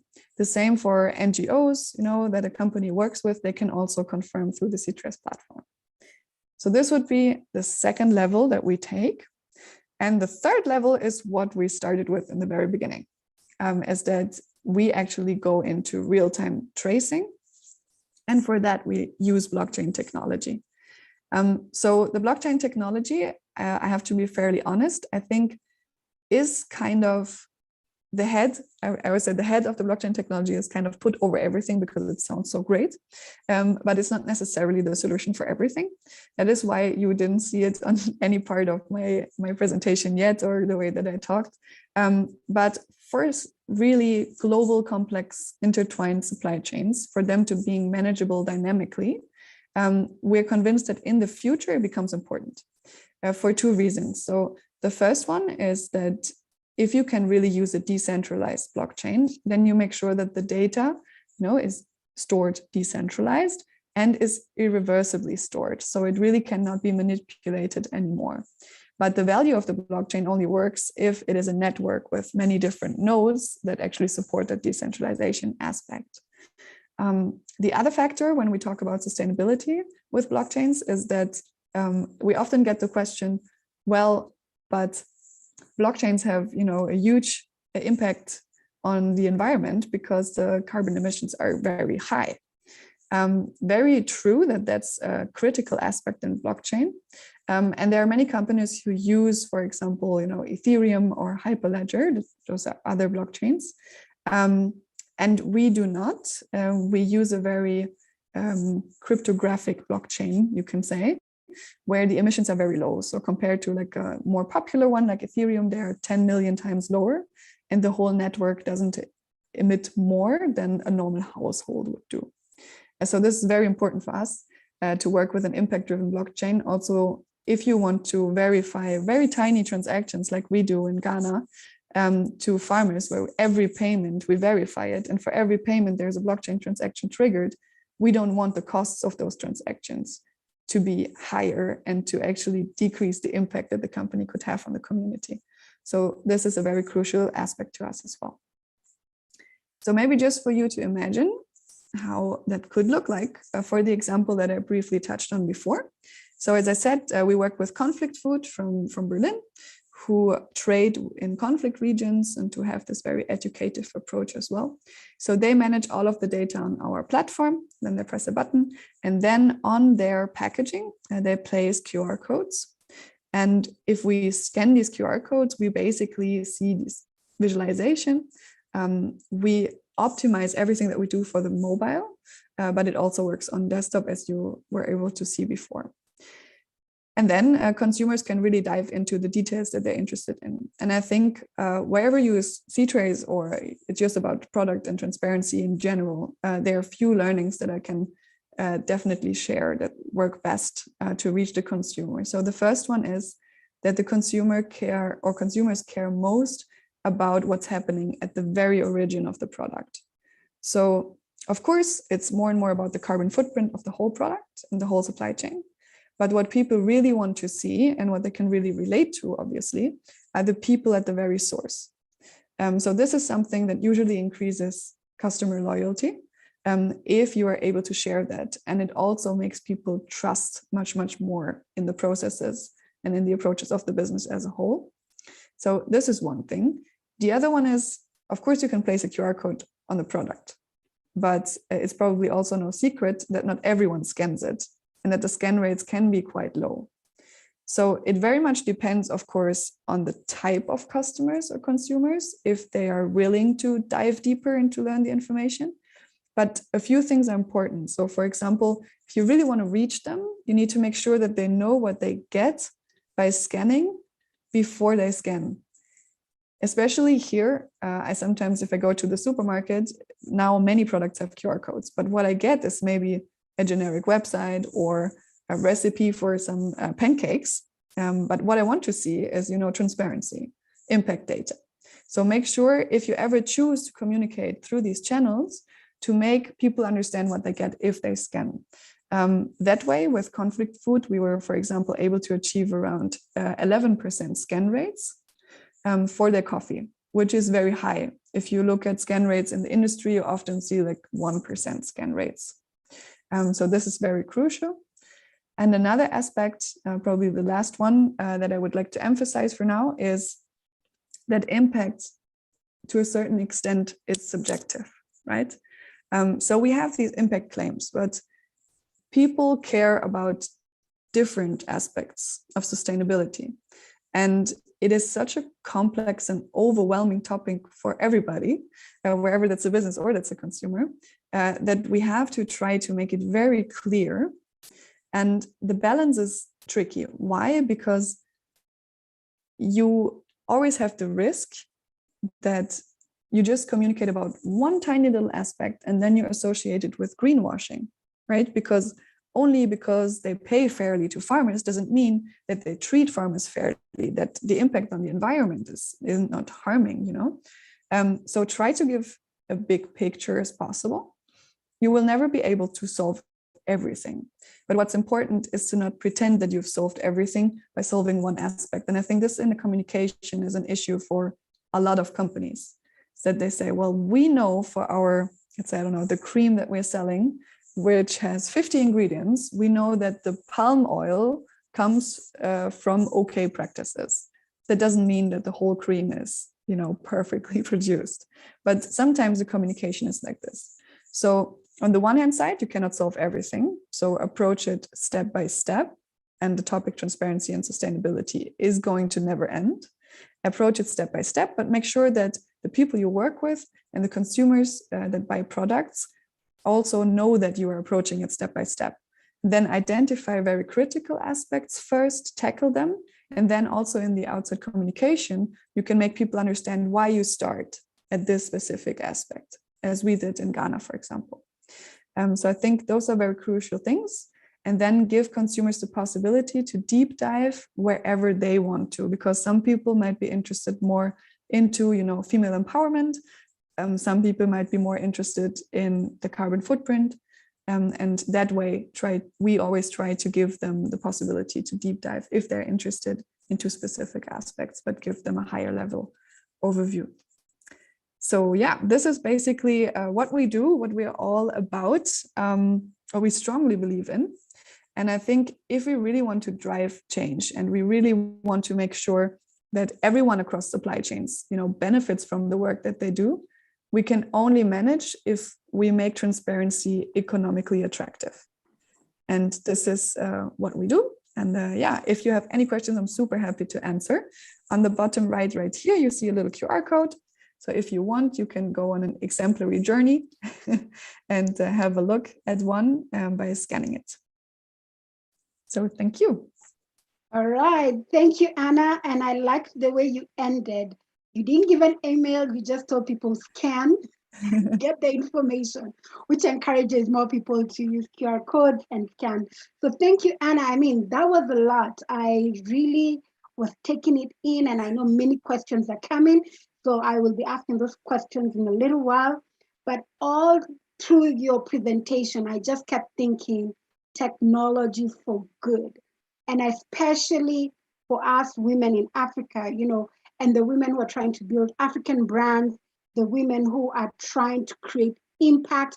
Because I always tell people, if I'm building a brand, my business, I look into my supply chain or my value chain, and I would mostly want to work with women and youth because those are the majority. So the question is, how do I document that? And that's what I see SHETrade is doing. It's saying that there are certain consumers out there who really want to hear your story of impact. And this is a tool that they can use to make sure that they get more business, which is good for them. And it's also good for the community that they serve. In fact, I know Joy is coming in. There are two businesses I thought of right at top. I know Joy keeps talking about Eva's Coffee. She keeps talking about Eva's Coffee is in Kenya. Master Teas is in Nigeria. They're African brands by women, and they need to use such a tool so that we could actually get their coffee, their tea into stores around the world, because they would be able to showcase the impact. So that is really what I got from you around showcasing transparency and using this tool as a unique selling proposition. So I'm very glad, and I know a lot of people on this call are able to take the information you shared. Now we're coming into the Q&A session. I see Joy joining us. And I'd also like Beatrice to please put on your video, because we would like different questions answered. I see some people have raised their hands. We have a few questions in Q&A section. So I would really like both of you ladies to just answer these questions so that there is clarity after your presentation. And also, I know after this webinar, more people will reach out to you either directly or through the Africa Women in Trade. So with that, Joy, I don't know if you had any question or something you wanted to say after those elaborate presentations by Beatrice and Anna about how your members can participate in trade, both intra-Africa and globally, and they can use all these tools and information to make sure they are successful. Yeah, I think we can just go to the question, and then I'll come back and answer that one. Okay, great. Let me see. There's a question here from Chantal Ramatusui, and I believe this question is for you, Beatrice. Her question is, how can women business owners with the African Women in Trade support, lobby for corporate to familiarize themselves and adopt the AfCFTA protocols? How can the same women ensure that governments have an implementation strategy? Because you mentioned not all nations do. So back to us as women, what can we do to make sure these things are happening? Because they're affecting our businesses. What are your thoughts around that? Well, I like to think that there are, thank you very much for that question. And it is I hear that question in so many variations of that question quite a few times. It's very important, there's strength in numbers. That's why I referenced the chambers of Commerce, any other business support organization that you're a member of, ask the question to your Ministry of Trade, your Ministry of Commerce, your Ministry of Industry. Tell them that you know there is the AfCFTA, that countries can develop their AfCFTA implementation strategies. What has your government done? Yes. So put their feet to the fire on it and say, if you don't have a strategy, we, private sector, can help you develop a strategy to make sure that our country takes advantage of the AfCFTA. Okay, so that's the challenge. Go to the ministry, but I always tell people you can't go alone. So you want to be part of a member of the African Women in Trade or any Chamber of Commerce, right, or any business association, so that you're going in as numbers. So you're saying, as women in Malawi, as women in Chad want to know what is the work that you're doing. And I believe that when we go together, they will pay attention. All right. Thank you, Beatrice, for clarifying that. I believe that's quite clear. And I also answer, but that's a good one. Maybe Africa Women in Trade should bring them here and ask them, what have they done for my women? I think that I'll do that as a homework. Bring them here and answer these questions for you. That's a good one. That is great, Joyce. So you're producing this webinar and you're also being challenged at the same time as you give information to your members. So thank you for that. I do see a couple of hands up, but before I do that, I do have a question for Anna. So Anna, this question really is around fees, right? Business people, and us in Africa, we want to know, are we getting value for the money we invest in our businesses, the money that we pay for certain tools like yours, like your platform? So can you clarify what is the fees that SHETrade actually charges for African businesses? I'm sorry, let me just get the right question. What are the categories of fees for being a member of SHETrade by an African business? If you could please share that with us. Yes, of course. Yes, of course. So actually, normally the fee started like 150 a month, but it's very, depending on the level of the project. So if we really need to go into blockchain tracing, it totally depends on how much we have to do and how much work we have to do inside. But I think for this community, it's different. And my co-founder has already spoken to Joy, and we're really happy to, offer it for, I think, like 50 euros a month, which is just roughly to cover, some costs that we have. But yeah, we're really happy. And to do that, just keep it for yourselves because it's just an offer for the community. Yeah, because this is where we come from, right? So if you ever say, well, I cannot, do it and have a small business, we are super happy to talk and we'll figure it out. And as soon as you need it for communication purposes, I think if we have to come on site and integrate and trace, we have to somehow figure out how to cover the costs. But for communication, we can definitely get there this way. Yes. Just to add on that, yes, as I said, African Women in Trade is looking for good deals for the African women members. Yeah. So you guys, if you're a member, we have very good offer from SHETrade. Check on us if you have products. And actually, I have 3 products to really give away. But I'm looking which product is the best. I think I'm going to put it as a competition so that we put to be able for you to see what it is about. For 1 year, you get it for free from AWT, 3 products. And we are looking up on that. And thank you for that offer. We really appreciate it. And very good deals for the others as well. So if you need that, check on me, africawomenintrade@gmail.com. And make sure you're also a member of Africa Women in Trade. Thank you. Value. That's why you should be a member, right? This is one of many. So please join if you're not a member. If you are, take advantage of this, especially if you're looking to do more trade in Africa and globally.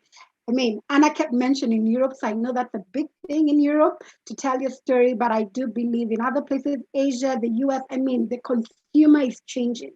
So this is something that is happening now and will continue to grow this trend. So make sure that you're taking advantage of that. I think, Anna, if you could just clarify, I know you've just mentioned there's a reduced cost for members, but does the cost increase if you need to do more? Or is it standard? Like, could you just clarify that, please? Yeah, so normally it depends on the number of different supply chains that you want to manage. So it increases with the amount of products that you manage. And then there is another axis basically, which is the depth. So if you just manage static data, then it's constant. But if you need an integration with blockchain tracing, then we have actually variable costs of blockchain transactions. So for example, now the Koa farm in Ghana that we work with, they, to be fully transparent, they pay like 230 euros a month for all the verification of the payments. And they had like a setup fee because we worked for 2 months setting it up. But now they have like 1,000 farmers. So you can imagine maybe they have like, 3,000 transactions a year, something like this. And then we have variable costs. So if they really grow and they have 5,000 farmers, then the transaction cost will increase slightly. That would be our variable cost. Okay, thank you, Anna, for clarifying that. So it might increase, but of course, if you want more, every business is different. I always say every business is different. So talk to them and they'll accommodate you just to make sure that you're taking up this tool, because it's very important as you trade. I see Beatrice's hand up. Yes, I beg your pardon. I just wanted to say I found Anna's presentation very, very interesting. I didn't actually reference the chocolate value chain because it's such an obvious one. I was really focusing on things that people had not really kind of thought of, which is why I highlighted like dairy between East and West Africa. But the chocolate value chain is really, really, really quite impactful. It's not just Ghana, but also Cote d'Ivoire and some other countries. And I understand that the raw cocoa goes out from Ghana, although they're beginning to process now, and you can find chocolate, locally made Ghanaian chocolate in the supermarkets here. But it goes out to places like Switzerland. It gets made into kind of like chocolate paste or whatever, and then it goes to like South Africa. South Africa makes like these like really nice artisanal chocolates with it, but it just goes to show, like it goes up to Europe and then before going down to South Africa. So why? No, the AfCFTA will make a huge difference, once everything gets going in things like the chocolate value chain. Just wanted to mention that. All right, Joy, did you want to say something before I think this topic of SHETrade is very interesting, because I like what Beatrice just said, because exactly that's what SHETrade is doing. Now it's going to show people, because people here in Europe think coffee comes from Germany or somewhere, or cocoa bean comes from, Now the SHETrade is going to show you the whole process, because I did try with one product, the coffee that Anne was talking about. The supply is very clearly showing where it's coming from. You have to add the photos. So now people, when they scan, they see all that work. And also for the listeners who have products, most of you go around with these papers, and I know I have some of them here from my T member. You don't need to go with these papers every time around showing. Nowadays you're going digital, just scan, and they have all the process. Even the company where you're selling, the distributors can see all these things, and your certificates. So this is something that saves a lot and more transparency, and that's what BTS is also emphasizing, because Africa Continental Free Trade Area is actually to show all those traceabilities. They need people to know where things are coming from. So that's very good. So I hand you back, and there's a question also on the QA. Yes. Before I say what I wanted to say, I do have some hands up that have been up for a while, so I'd really like to give them the opportunity. There is a Funke Bolujoko. Could you ask your question? Just make sure you let us know who you'd like it to be addressed to, what the specific question is, so that they can be able to answer. Welcome. Thank you very much, and thank you so much, ladies, for the various brilliant presentations. I have some 3 short questions to Beatrice.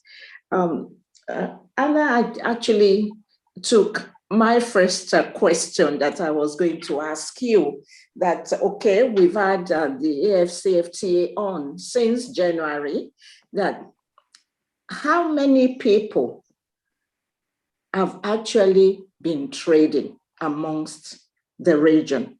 But Anna actually explain that much deeper than I'm presenting to you, but because that's really the question in the women's minds, Then maybe my second question is on the issue of logistics. We know that we really cannot trade without logistics.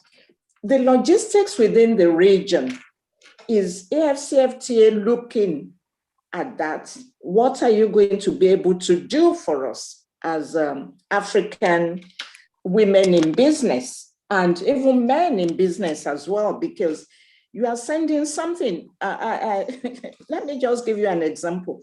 I sent something to South Africa. It's still been parading for the last 1 month. Meanwhile, I sent something to the UK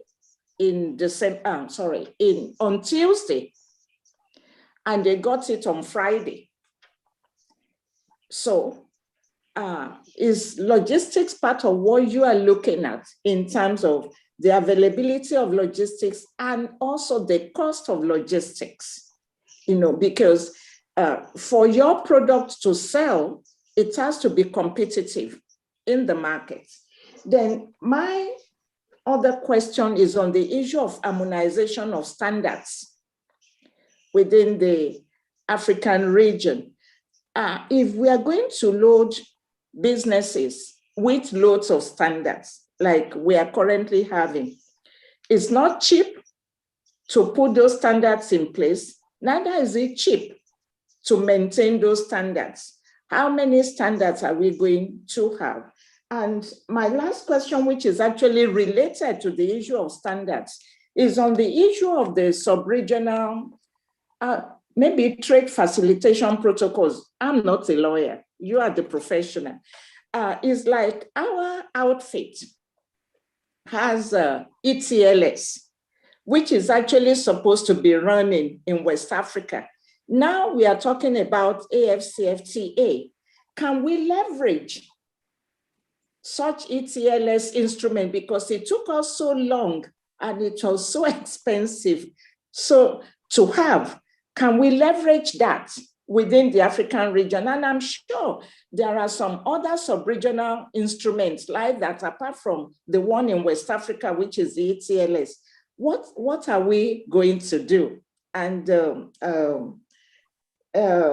I think, thank you very much. And I also want to thank Joy for what she's currently doing for members of the African Women in Trade, for this traceability instrument. And we're really looking forward to it. Thank you.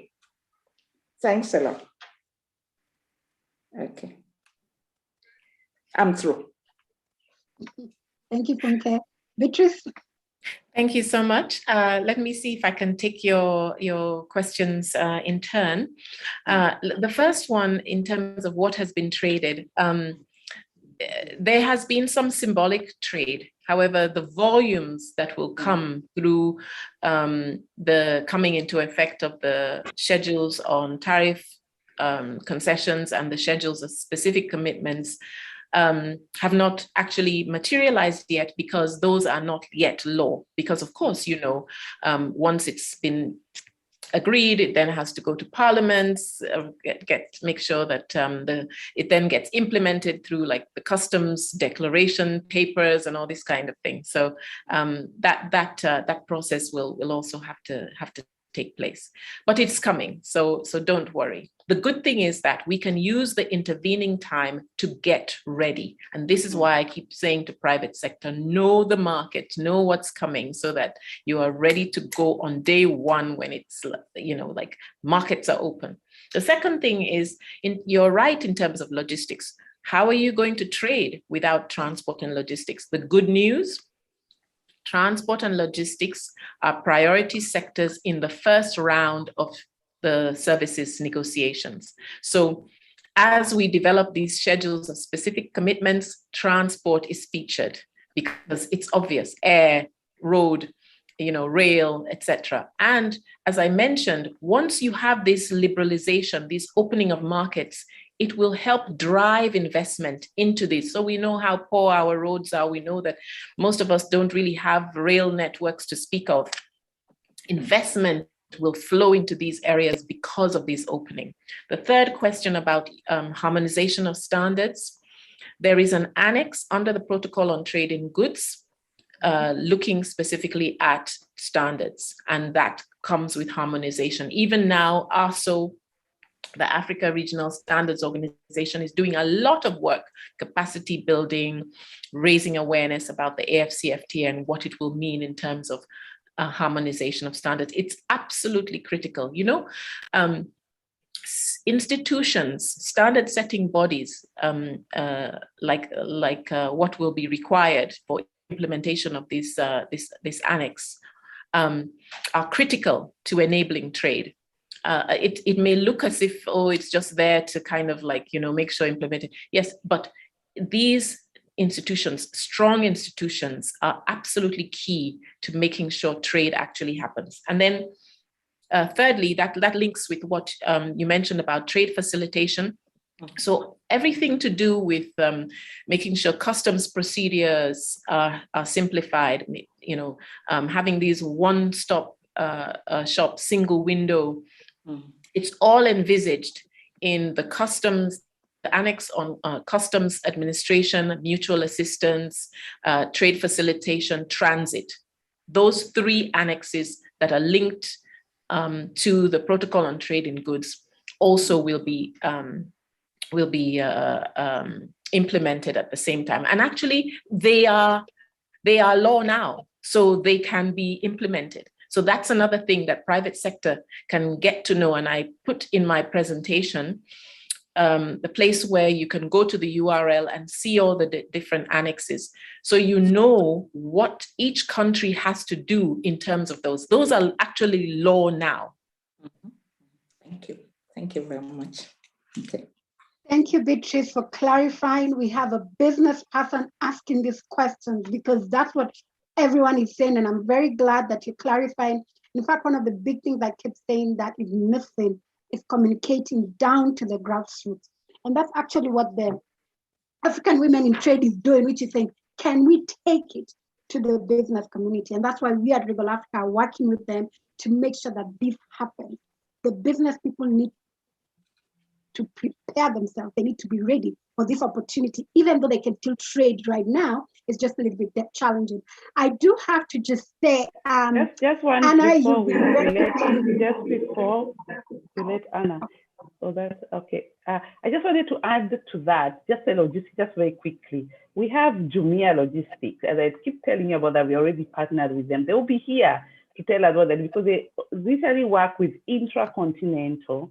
And so that means trading in the continent and between countries.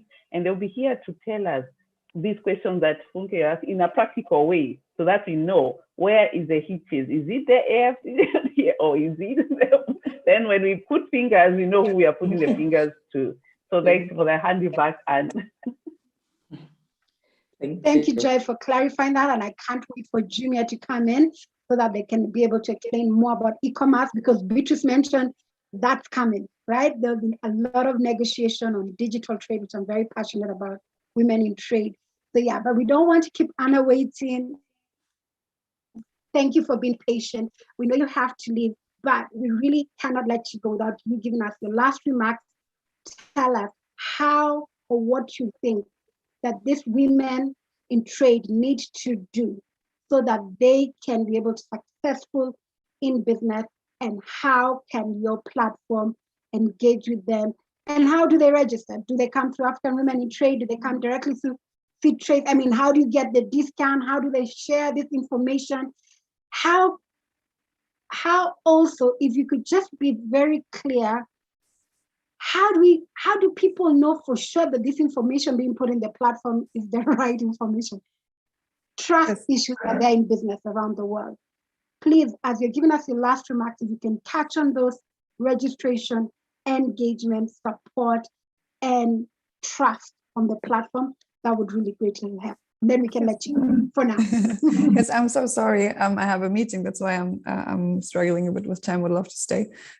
So yeah, let me take it from upside down, the way you put it. So first of all, trust is, I think, crucial, of course, and you can build it, through this step-by-step approach that I spoke about. So that's why we really try to put this impact framework as a basis, so that whenever you make a claim, it is very clearly defined. It is ideally benchmarked against, the average payments, fair payments from foundations and so on. And the documentation that is legitimate to prove or confirm, we actually make a split there, is there and is defined. So, does this make sense? Is this clear? But of course, you will never be able to prove everything. So we need to go step by step. And I think that is also what we try to allow you to do with the platform. So transparency doesn't always mean that you can prove every single little thing, but telling the full story, opening up about process is the first step. And this is also like, how do you start? Is, I guess, reach out to Joy, who will then put us in touch. Actually, there will be a new website up by tomorrow that explains way better what we're doing than the current one. And you can also, if you have a specific question, you can also shoot to me, but make sure that I know that you come from Joy, so that we can make sure that you get the discounts. And then you can just sign up. We can make a short call. I introduce you to the platform. I will add the demo product for you, so you can see exactly how you can map your supply chain, play around with it, make a fake product to try. And then it's just a few clicks to publish for the first step. Simple. Doesn't take much. Call up Joy and the African Women in Trade. They do the training. Thank you, Anna, for making time. More trade. Thank you so much. It was a pleasure. Thank you, Anna. Thank you. All right, so there are more questions to come. I have Mr. Prince Lekan Fadina, all the way from Nigeria. He has a question. So, Mr. Prince Lekan, if you can go ahead and ask your question. It's only Beatrice who's left, so I hope it's directed to her in regards to AfCFTA. Prince Lekan?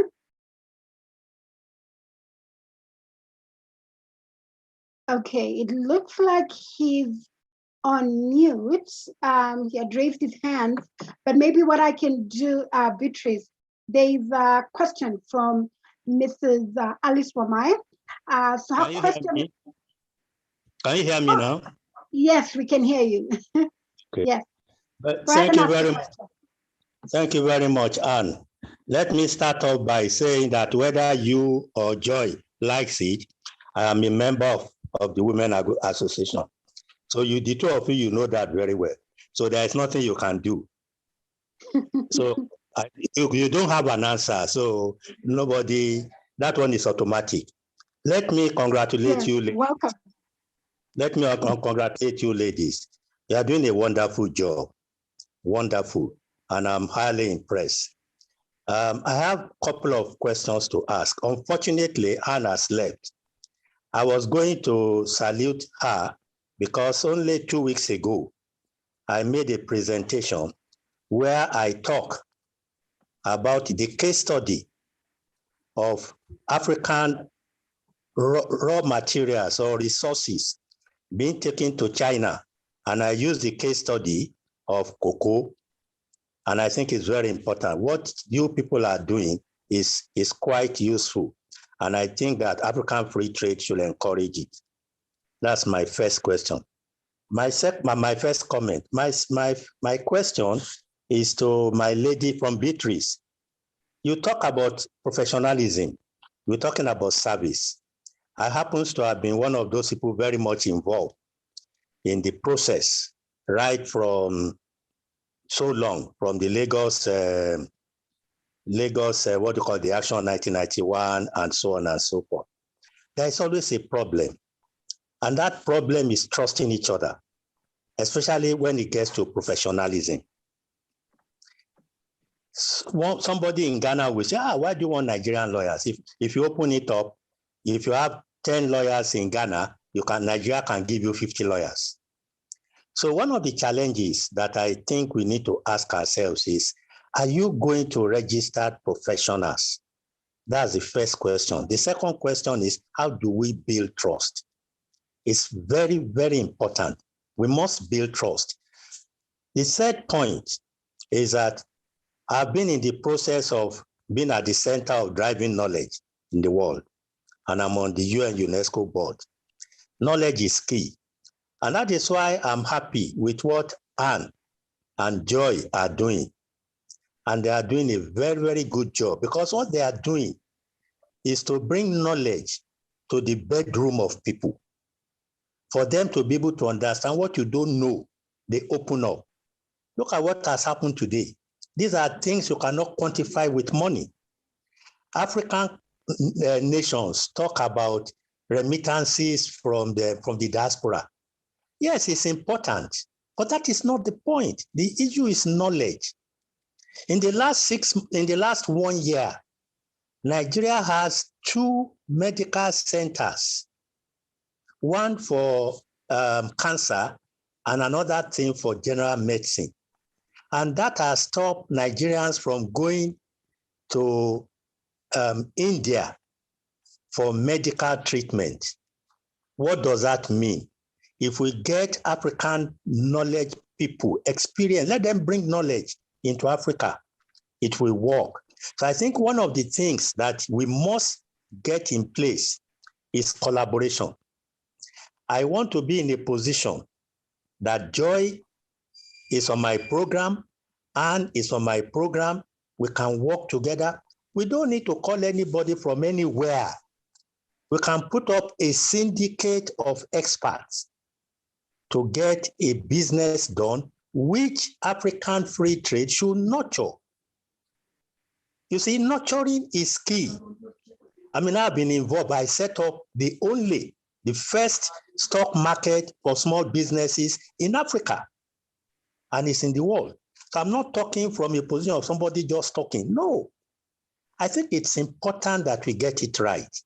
Please, I want to beg you, there must be collaboration. You must be able to say, you women, it's not just, I'm sorry, I'm not just lipstick, not just pancake. You understand me? Yeah, Joy is beautiful, Anne is beautiful, but they have something, they have a cost plus. And that cost plus is that they're adding value. And that is very, very important. So I want to be, take it from me, I can give you my word. I'm giving myself to you people in terms of let us move this process. We need to change the mindset. We need to change, again, one of the things I'm driving is the issue of women and development. Why? Because we don't utilize about 48 to 50% of the resources that we have. And that means whatever challenges we have, whatever limitation, yes, they will make a mistake. Let us bring them in. Again, it can only be done. It can only be done because only a few people rule the world.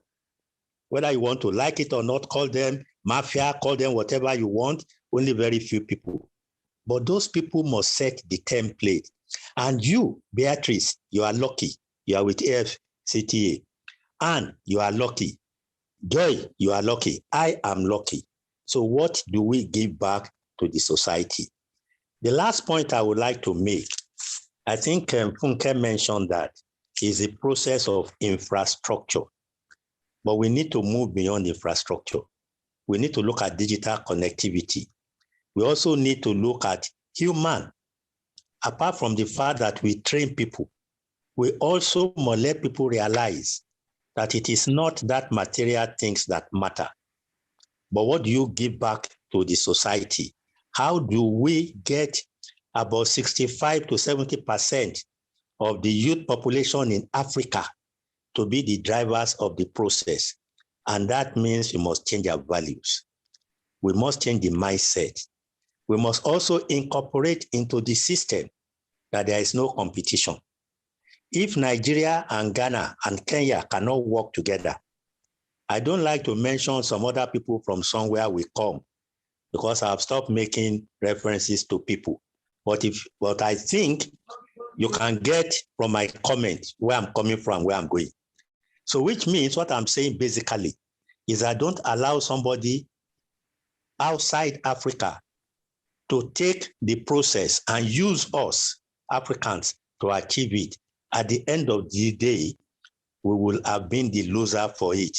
African free trade is supposed to be the biggest market, continental market in the world. And by 2050, Africa will have the third largest population in the whole world. What does that mean? We have the market, we have the youths, we can build up the retail, and then you must also encourage the productive side, which means you must move away from trading to how we can add value. Those are my comments. Joy, well done. And, my sweet ladies, I salute you. Beatrice, you have joined them. So please make sure that we all work together. I wish you well. Thank you, Prince Lekan. There was a lot of information packed, championing women, focusing on knowledge and saying this information needs to go all the way to the grassroots. And it takes all of us working together the African way to make sure that we are all doing what is right. And of course, I always say, even as women are going forward, we need our male allies, right? We need those people who are opening those doors and making it a reality. A lot of us are blessed because we've been able to get certain things, educations, opportunities. We need to then use that to then now go back and give back. There are many questions there, Beatrice. I don't know how you want to take them, but could you be able to answer? Just one thing, just to thank Prince Lekan. Thank you so much. Very good points. You'll be here in this panel too. Next one. To tell us that you have a lot to share and we need to put you here. Right, Beatrice? Absolutely. Thank you so much for those remarks and questions. Very insightful.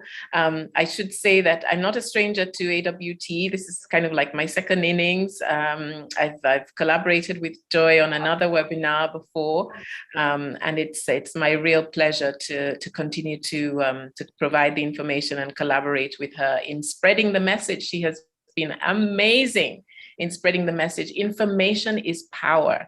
And this is what she has done. She's using the tool of information to enable and empower African women, entrepreneurs and professionals. So kudos to her and her organization for that. Let me just mention that in the services protocol, there is a provision for mutual recognition of qualifications and experience. That helps the collaboration, it helps the partnership, it also helps build trust.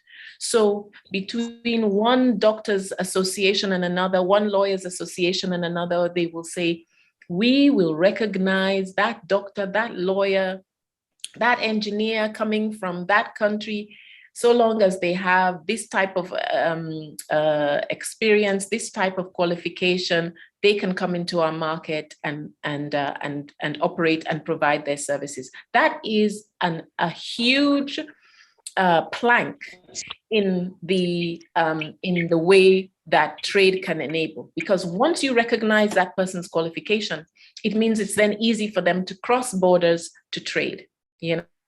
So that's one thing to remember. The other thing is that you talked about knowledge acquisition and everything. I think the role of the diaspora in knowledge acquisition and cementing the knowledge that we have spread out all across the globe into Africa is going to be also a huge component of why this AfCFTA will be successful. So watch that space. That's why organizations like Joy's is so important, because in the diaspora, she is gathering, she is collaborating, she is marshalling resources, both intellectual, physical, financial resources to bring to bear to this AfCFTA. And that is what needs to happen, because we have gone out and built other countries. We have gone out and built other societies. We've contributed so hugely to the development of other countries. And so now it's time for Africa to consolidate that knowledge and use it for the benefit of Africa. And then to say that there will be a protocol on digital trade. It will cover things like the Internet of Things, AI, e-commerce, everything that will help the use of technology to advance Africa's progress. So please continue to watch this space. As we said, it's a gradual process. It's progressive liberalization. It's putting in place the different regulations and helping Africans then use what is at the continental level to disperse down into specific national laws, national practices, national regulation to enable the African private sector to take advantage of these opportunities. Thank you. Thank you, Anne. I think that is what I would say in response to the huge, questions that were put. Yeah. Thank you, Beatrice, for trying to answer, and you answered it very well, and there's a lot of clarity because definitely there's mutual recognition. I'm a lawyer, I'm a doctor, I'm an accountant. It's going to be very easy for us to offer our services on the continent. And just to say that in your region, in the East African region, there is huge best practice that can be used for the rest of Africa. So kudos to you guys. Thank you. I am a part of East African community and the EABC. I mean, even in our trade conference, I've been championing East African. It's one of the things that we think ECOWAS, SADC need to learn. So hopefully that will all be incorporated. There are many questions, Beatrice. There are many questions, Beatrice. Beatrice, I'm going to challenge you on collaboration, and I take it as a responsibility that my responsibility is to coordinate these activities with these ladies. I'm saying so because Africa needs leadership. We need to have new ideas, new leaders. We need to have new people. I'm talking from experience. We need to have people that can drive the process. We don't want people that we see that position as milking money. When they get there, they want to use you, they make the money. After that, what do they give back to the society? I think this is a challenge that is uppermost in my mind. Prince, can I just say that you'd be surprised at the level of commitment. I've been so privileged to see the level of commitment from the youngest negotiator right up to the heads of state. The heads of state, as I was saying to Anne during my presentation, they want this done yesterday. There is commitment at the highest level for this. I know. Yeah, I know. So we shall all work together. I think that's the challenge. So anytime I come to Ghana and I ask of you, don't say you don't know me. And don't forget I'm a prince, so that's another one. You don't have a choice. Thank you so much, Prince. We need to slowly wind up. We have to wind up. I'm very proud of you. Thank you. Beatrice, there is a question from Alice, but before that, I want you to add on something that Prince Lekan brought up, which is about trading services, but professional services that are regulated. Like I mentioned, the legal services, lawyers, doctors. But then there's also an element of services which are not regulated, right? So for us, and with the work that I do, there's a lot of digital marketing happening, or bookkeeping, that's data entry, not accounting. There is the space of business advisory. These things are not regulated, but they are services. There are things I can tell you in Kenya, we have so much talent that we can actually share to the rest of Africa and the rest of the world. Is that being looked into in the trade and services space? Services that are not regulated, because you focus really on the regulated services. Can you speak on that a little bit as we get to the questions for Alice, because we are running a little bit out of time? Yes, there are.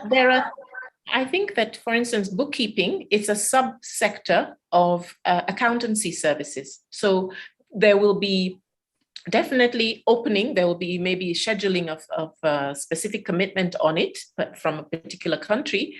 The issue is that not every subsector will have So for instance, you've got business services, then you've got professional services, then under professional services, you've got all these different, from, medical all the way down to, actuary or whatever.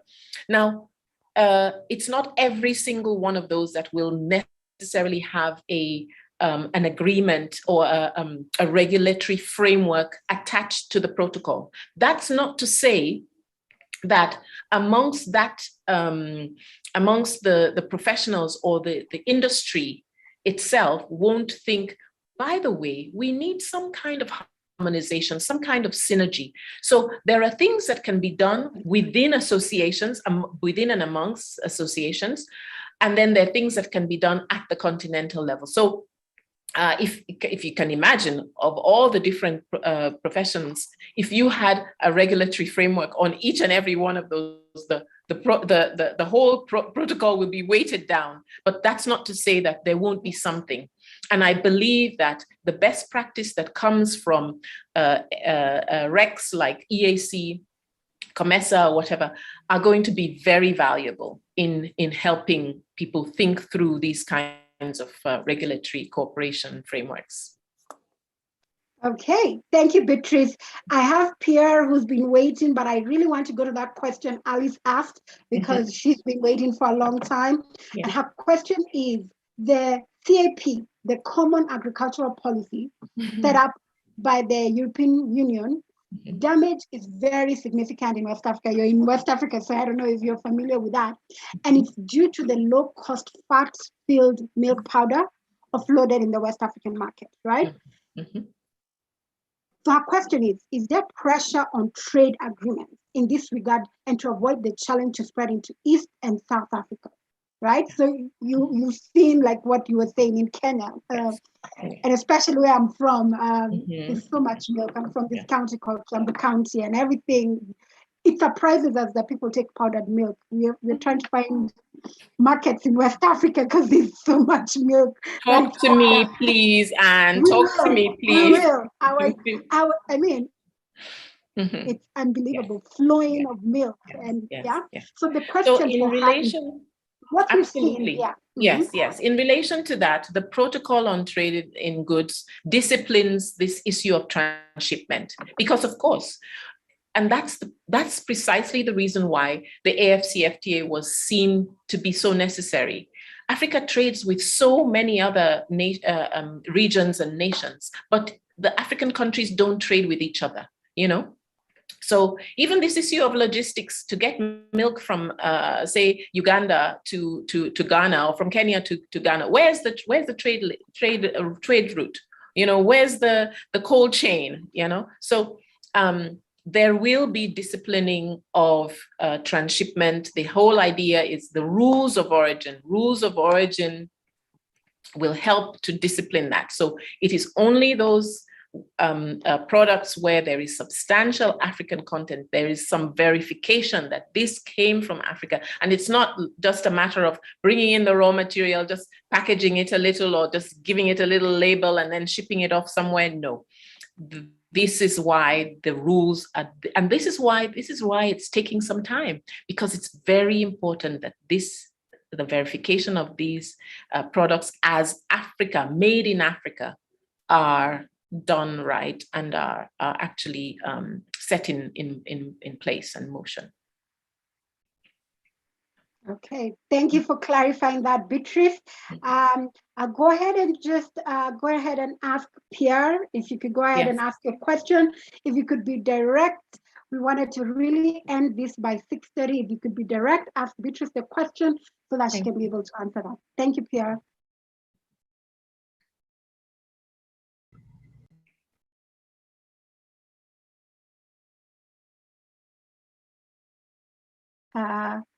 You're still on mute.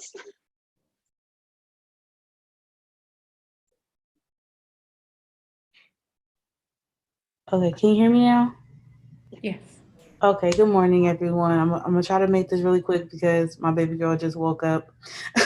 But I'm here in Los Angeles. I'm in the U.S.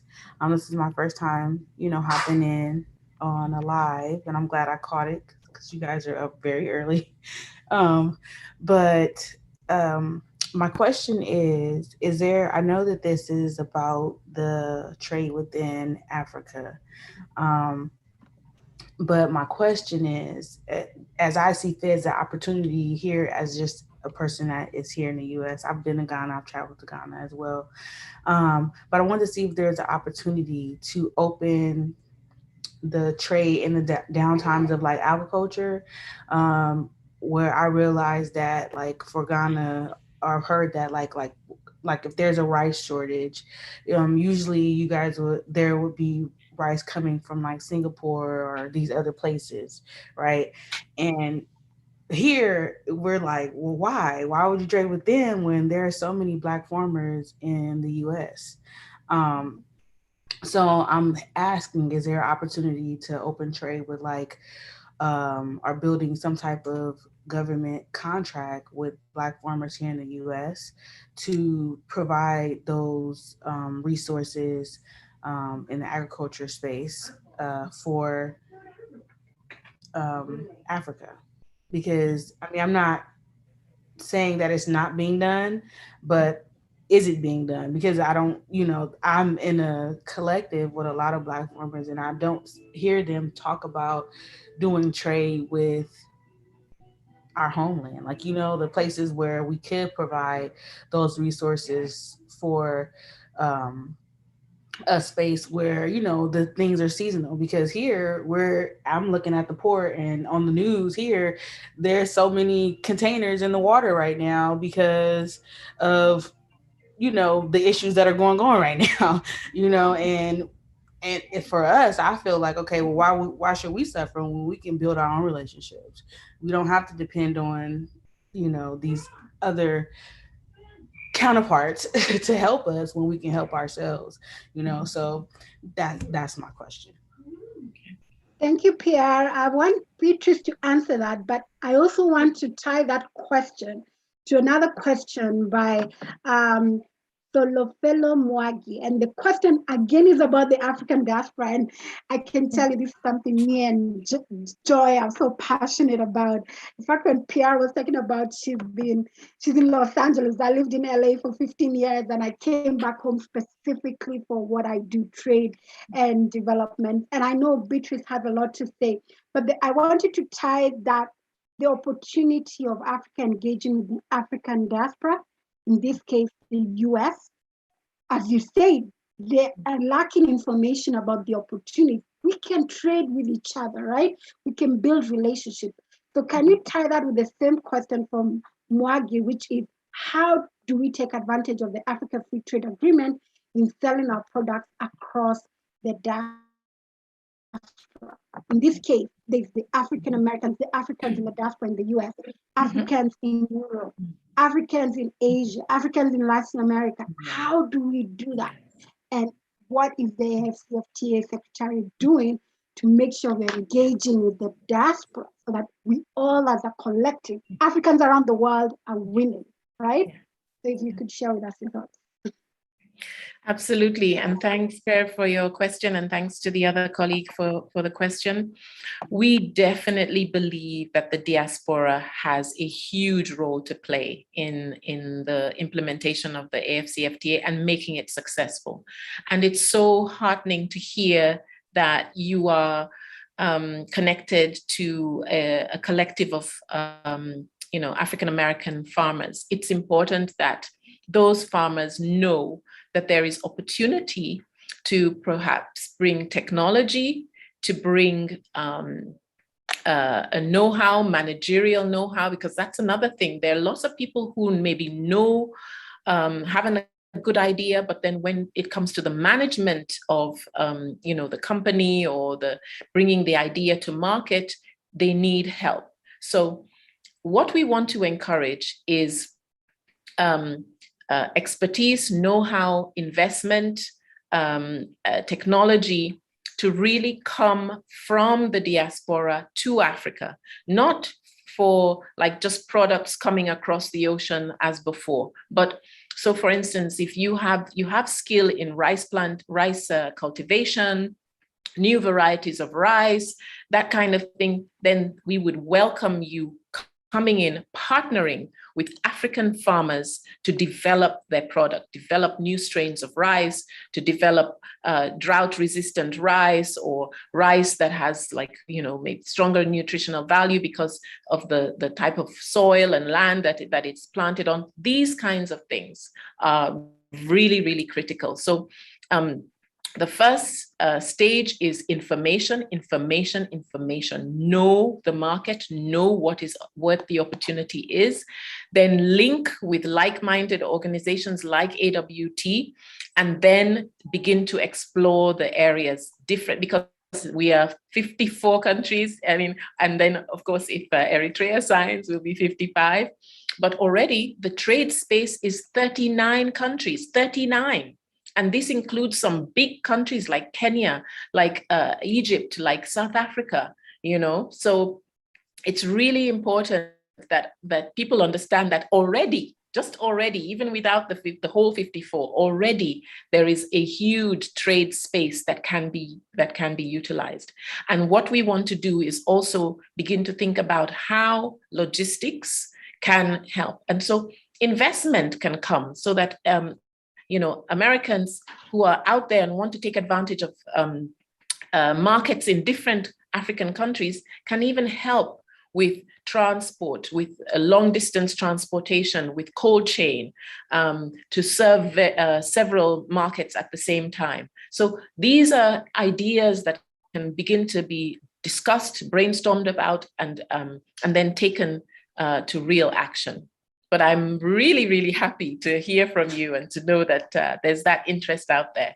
Absolutely amazing. Brilliant. Wow, thanks. Time goes fast when we're having great conversations. I'm just looking at the comments. Everyone is excited about this conversation. Great insights. Thank you, Beatrice, for staying till the very end and just being gracious to share with us the work that you're doing at AfCFTA and the work that you continue to do in your law firm. Because I always say legal advice is very critical, even though I also know financial advice is very important. That is the work that we do. I really want to just give Joy to close this conference. But before I do that, again, it's been a pleasure and an honor for me to moderate this session. Again, my name is Ann Gaisa. I run a company called Regal Africa Group, where we help our clients create wealth with a focus on wealth creation for all in Africa and Africa economic development. And we say you can only do that through trade and investment, and we work with everybody, governments, institutions, businesses, and really the work we've been saying is we need to get into the mentality of doing more trade and investments in Africa. And the key here for me, who's a diaspora returnee, is bringing the diaspora involved.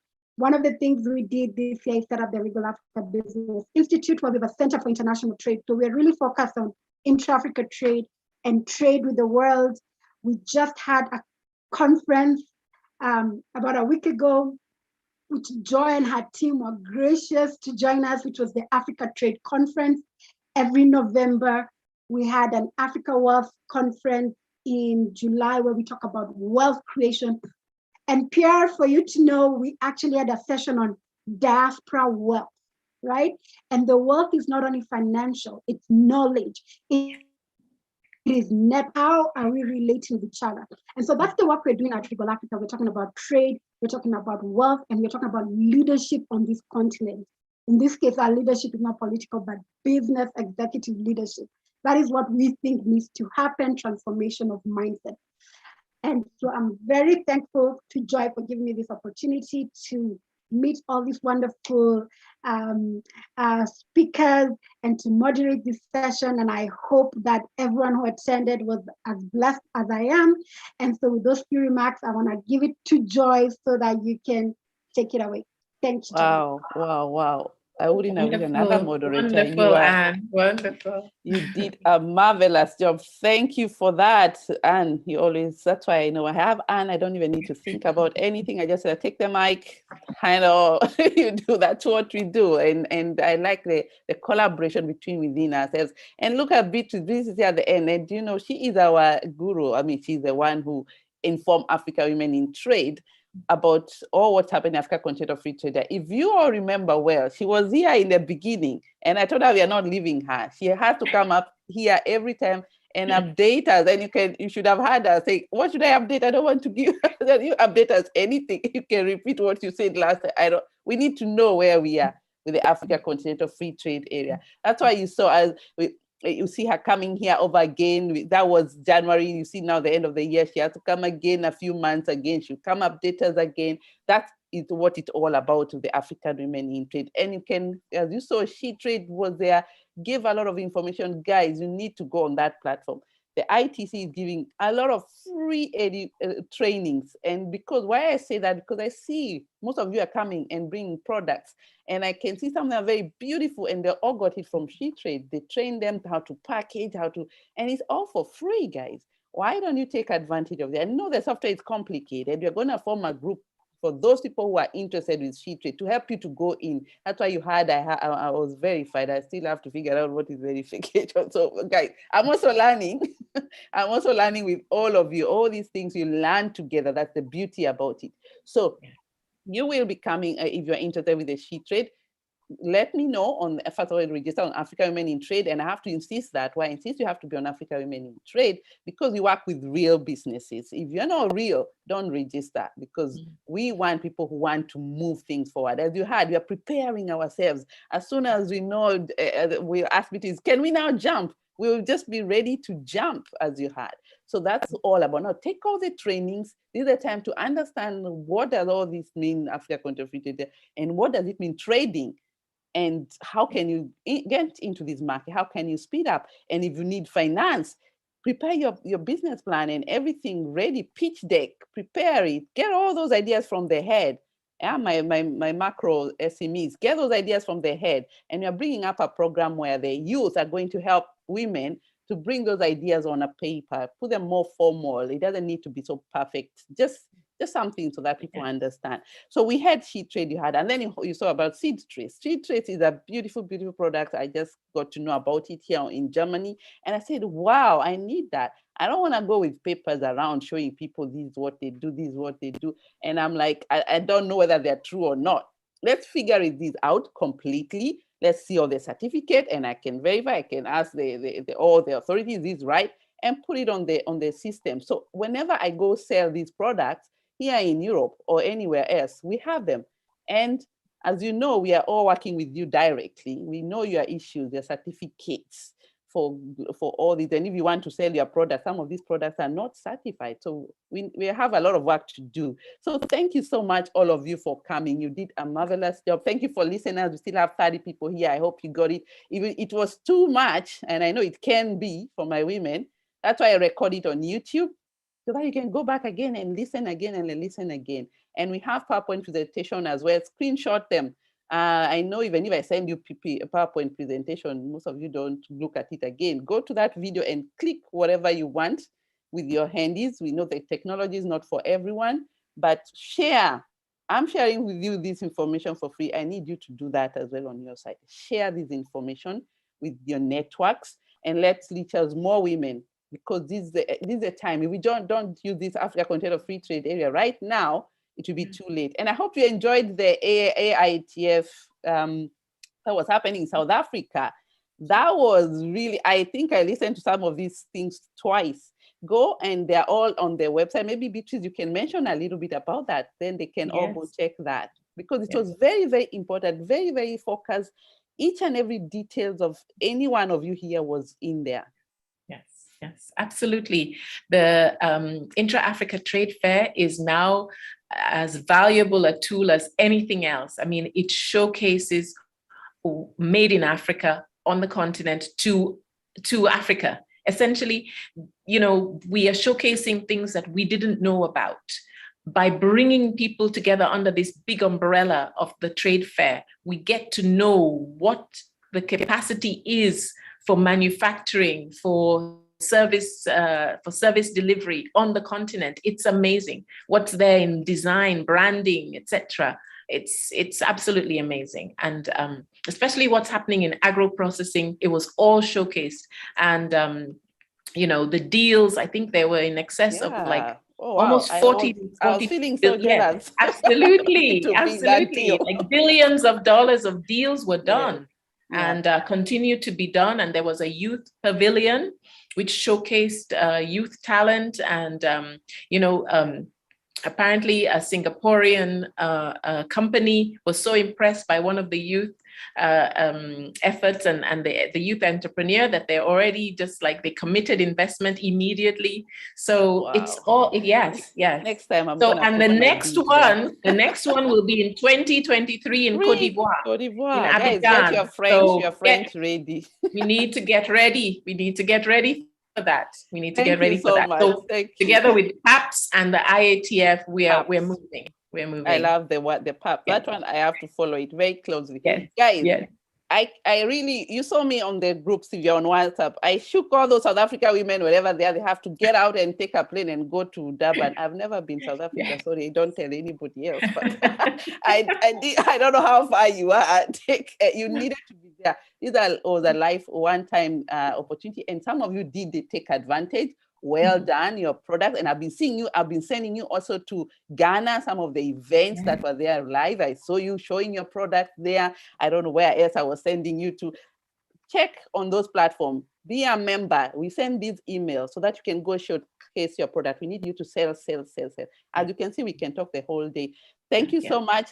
And actually, just to say actually that, what I like about you is that you package the information in a way that is not so overwhelming. So people can then choose and pick and see what is interesting for them. And that can be also the thing about the AfCFTA, that the information about it is so overwhelming, and we have to find a way to present it so that it's easy for business to absorb, understand, and then make use of it.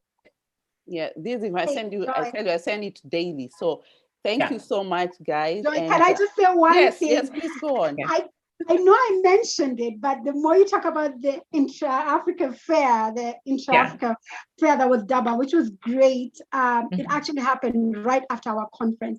I just wanted to make just a slight comment about that. It was great, and I think I watched it myself, but I also wanted to just share that things are changing. A lot of people wanted to actually participate in it, but they couldn't fly to Durban for various reasons, right? So what we did at the Africa Trade Conference, which is something I'd like people to actually go, the website, www.africatradeconference.com. If you go there and you register, we have recordings of the conference. But what we're doing until January, we have what we call the Virtual Africa Trade Expo. So we were actually featuring businesses, women for as little as $50. So you go and remember now we're using technology, right? So you don't necessarily have to go somewhere physically. But what we're saying, I'm a woman and I'm in Malawi. Can I showcase my business? You can actually take part in this virtual expo, put your videos, your digital brochures, you have somebody there where people ask questions. So we need all these incentives happening where people travel, which is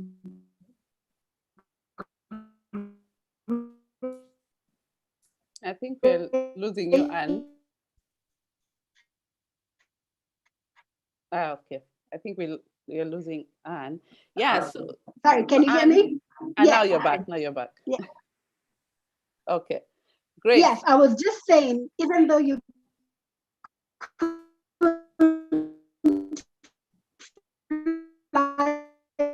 okay, I think but also I challenge you and I think the recording for the Africa Trade Conference. Okay. Sorry, I hope it's not on my side. Maybe I'm not so sure, but we lost your beat. But he has put the links there, follow it up, great conferences everywhere. I know it's a lot of information, guys, but when it comes to marketing, when it doesn't matter, you can market as many places as you can. Don't get tired because that's the new way of digital. The more people see you, the more people get to know you. And we give you all this opportunity for that. And don't forget, next year, we are planning to meet in person in South Africa, and I'm hoping to talk to so many banks. I had Afrexim Bank. I keep that name. I cannot say it properly. Afrexim Bank. I hear they're doing good stuff. I might be knocking the door there very soon for our women, because we need to meet and showcase all these products. So thank you so much, everybody. And let's next December, we are not going to have a webinar. The next one will be in January, as I gather up all this information that you have said that you need to know. My work is to go out there and get these people and put them here, and they tell you what they should be telling you. That's my work. And I'm happy to do that as a diaspora, and so many diaspora are doing that and partnering with everybody else. Thank you, and I wish you a good evening, and God bless you all. Bye for now.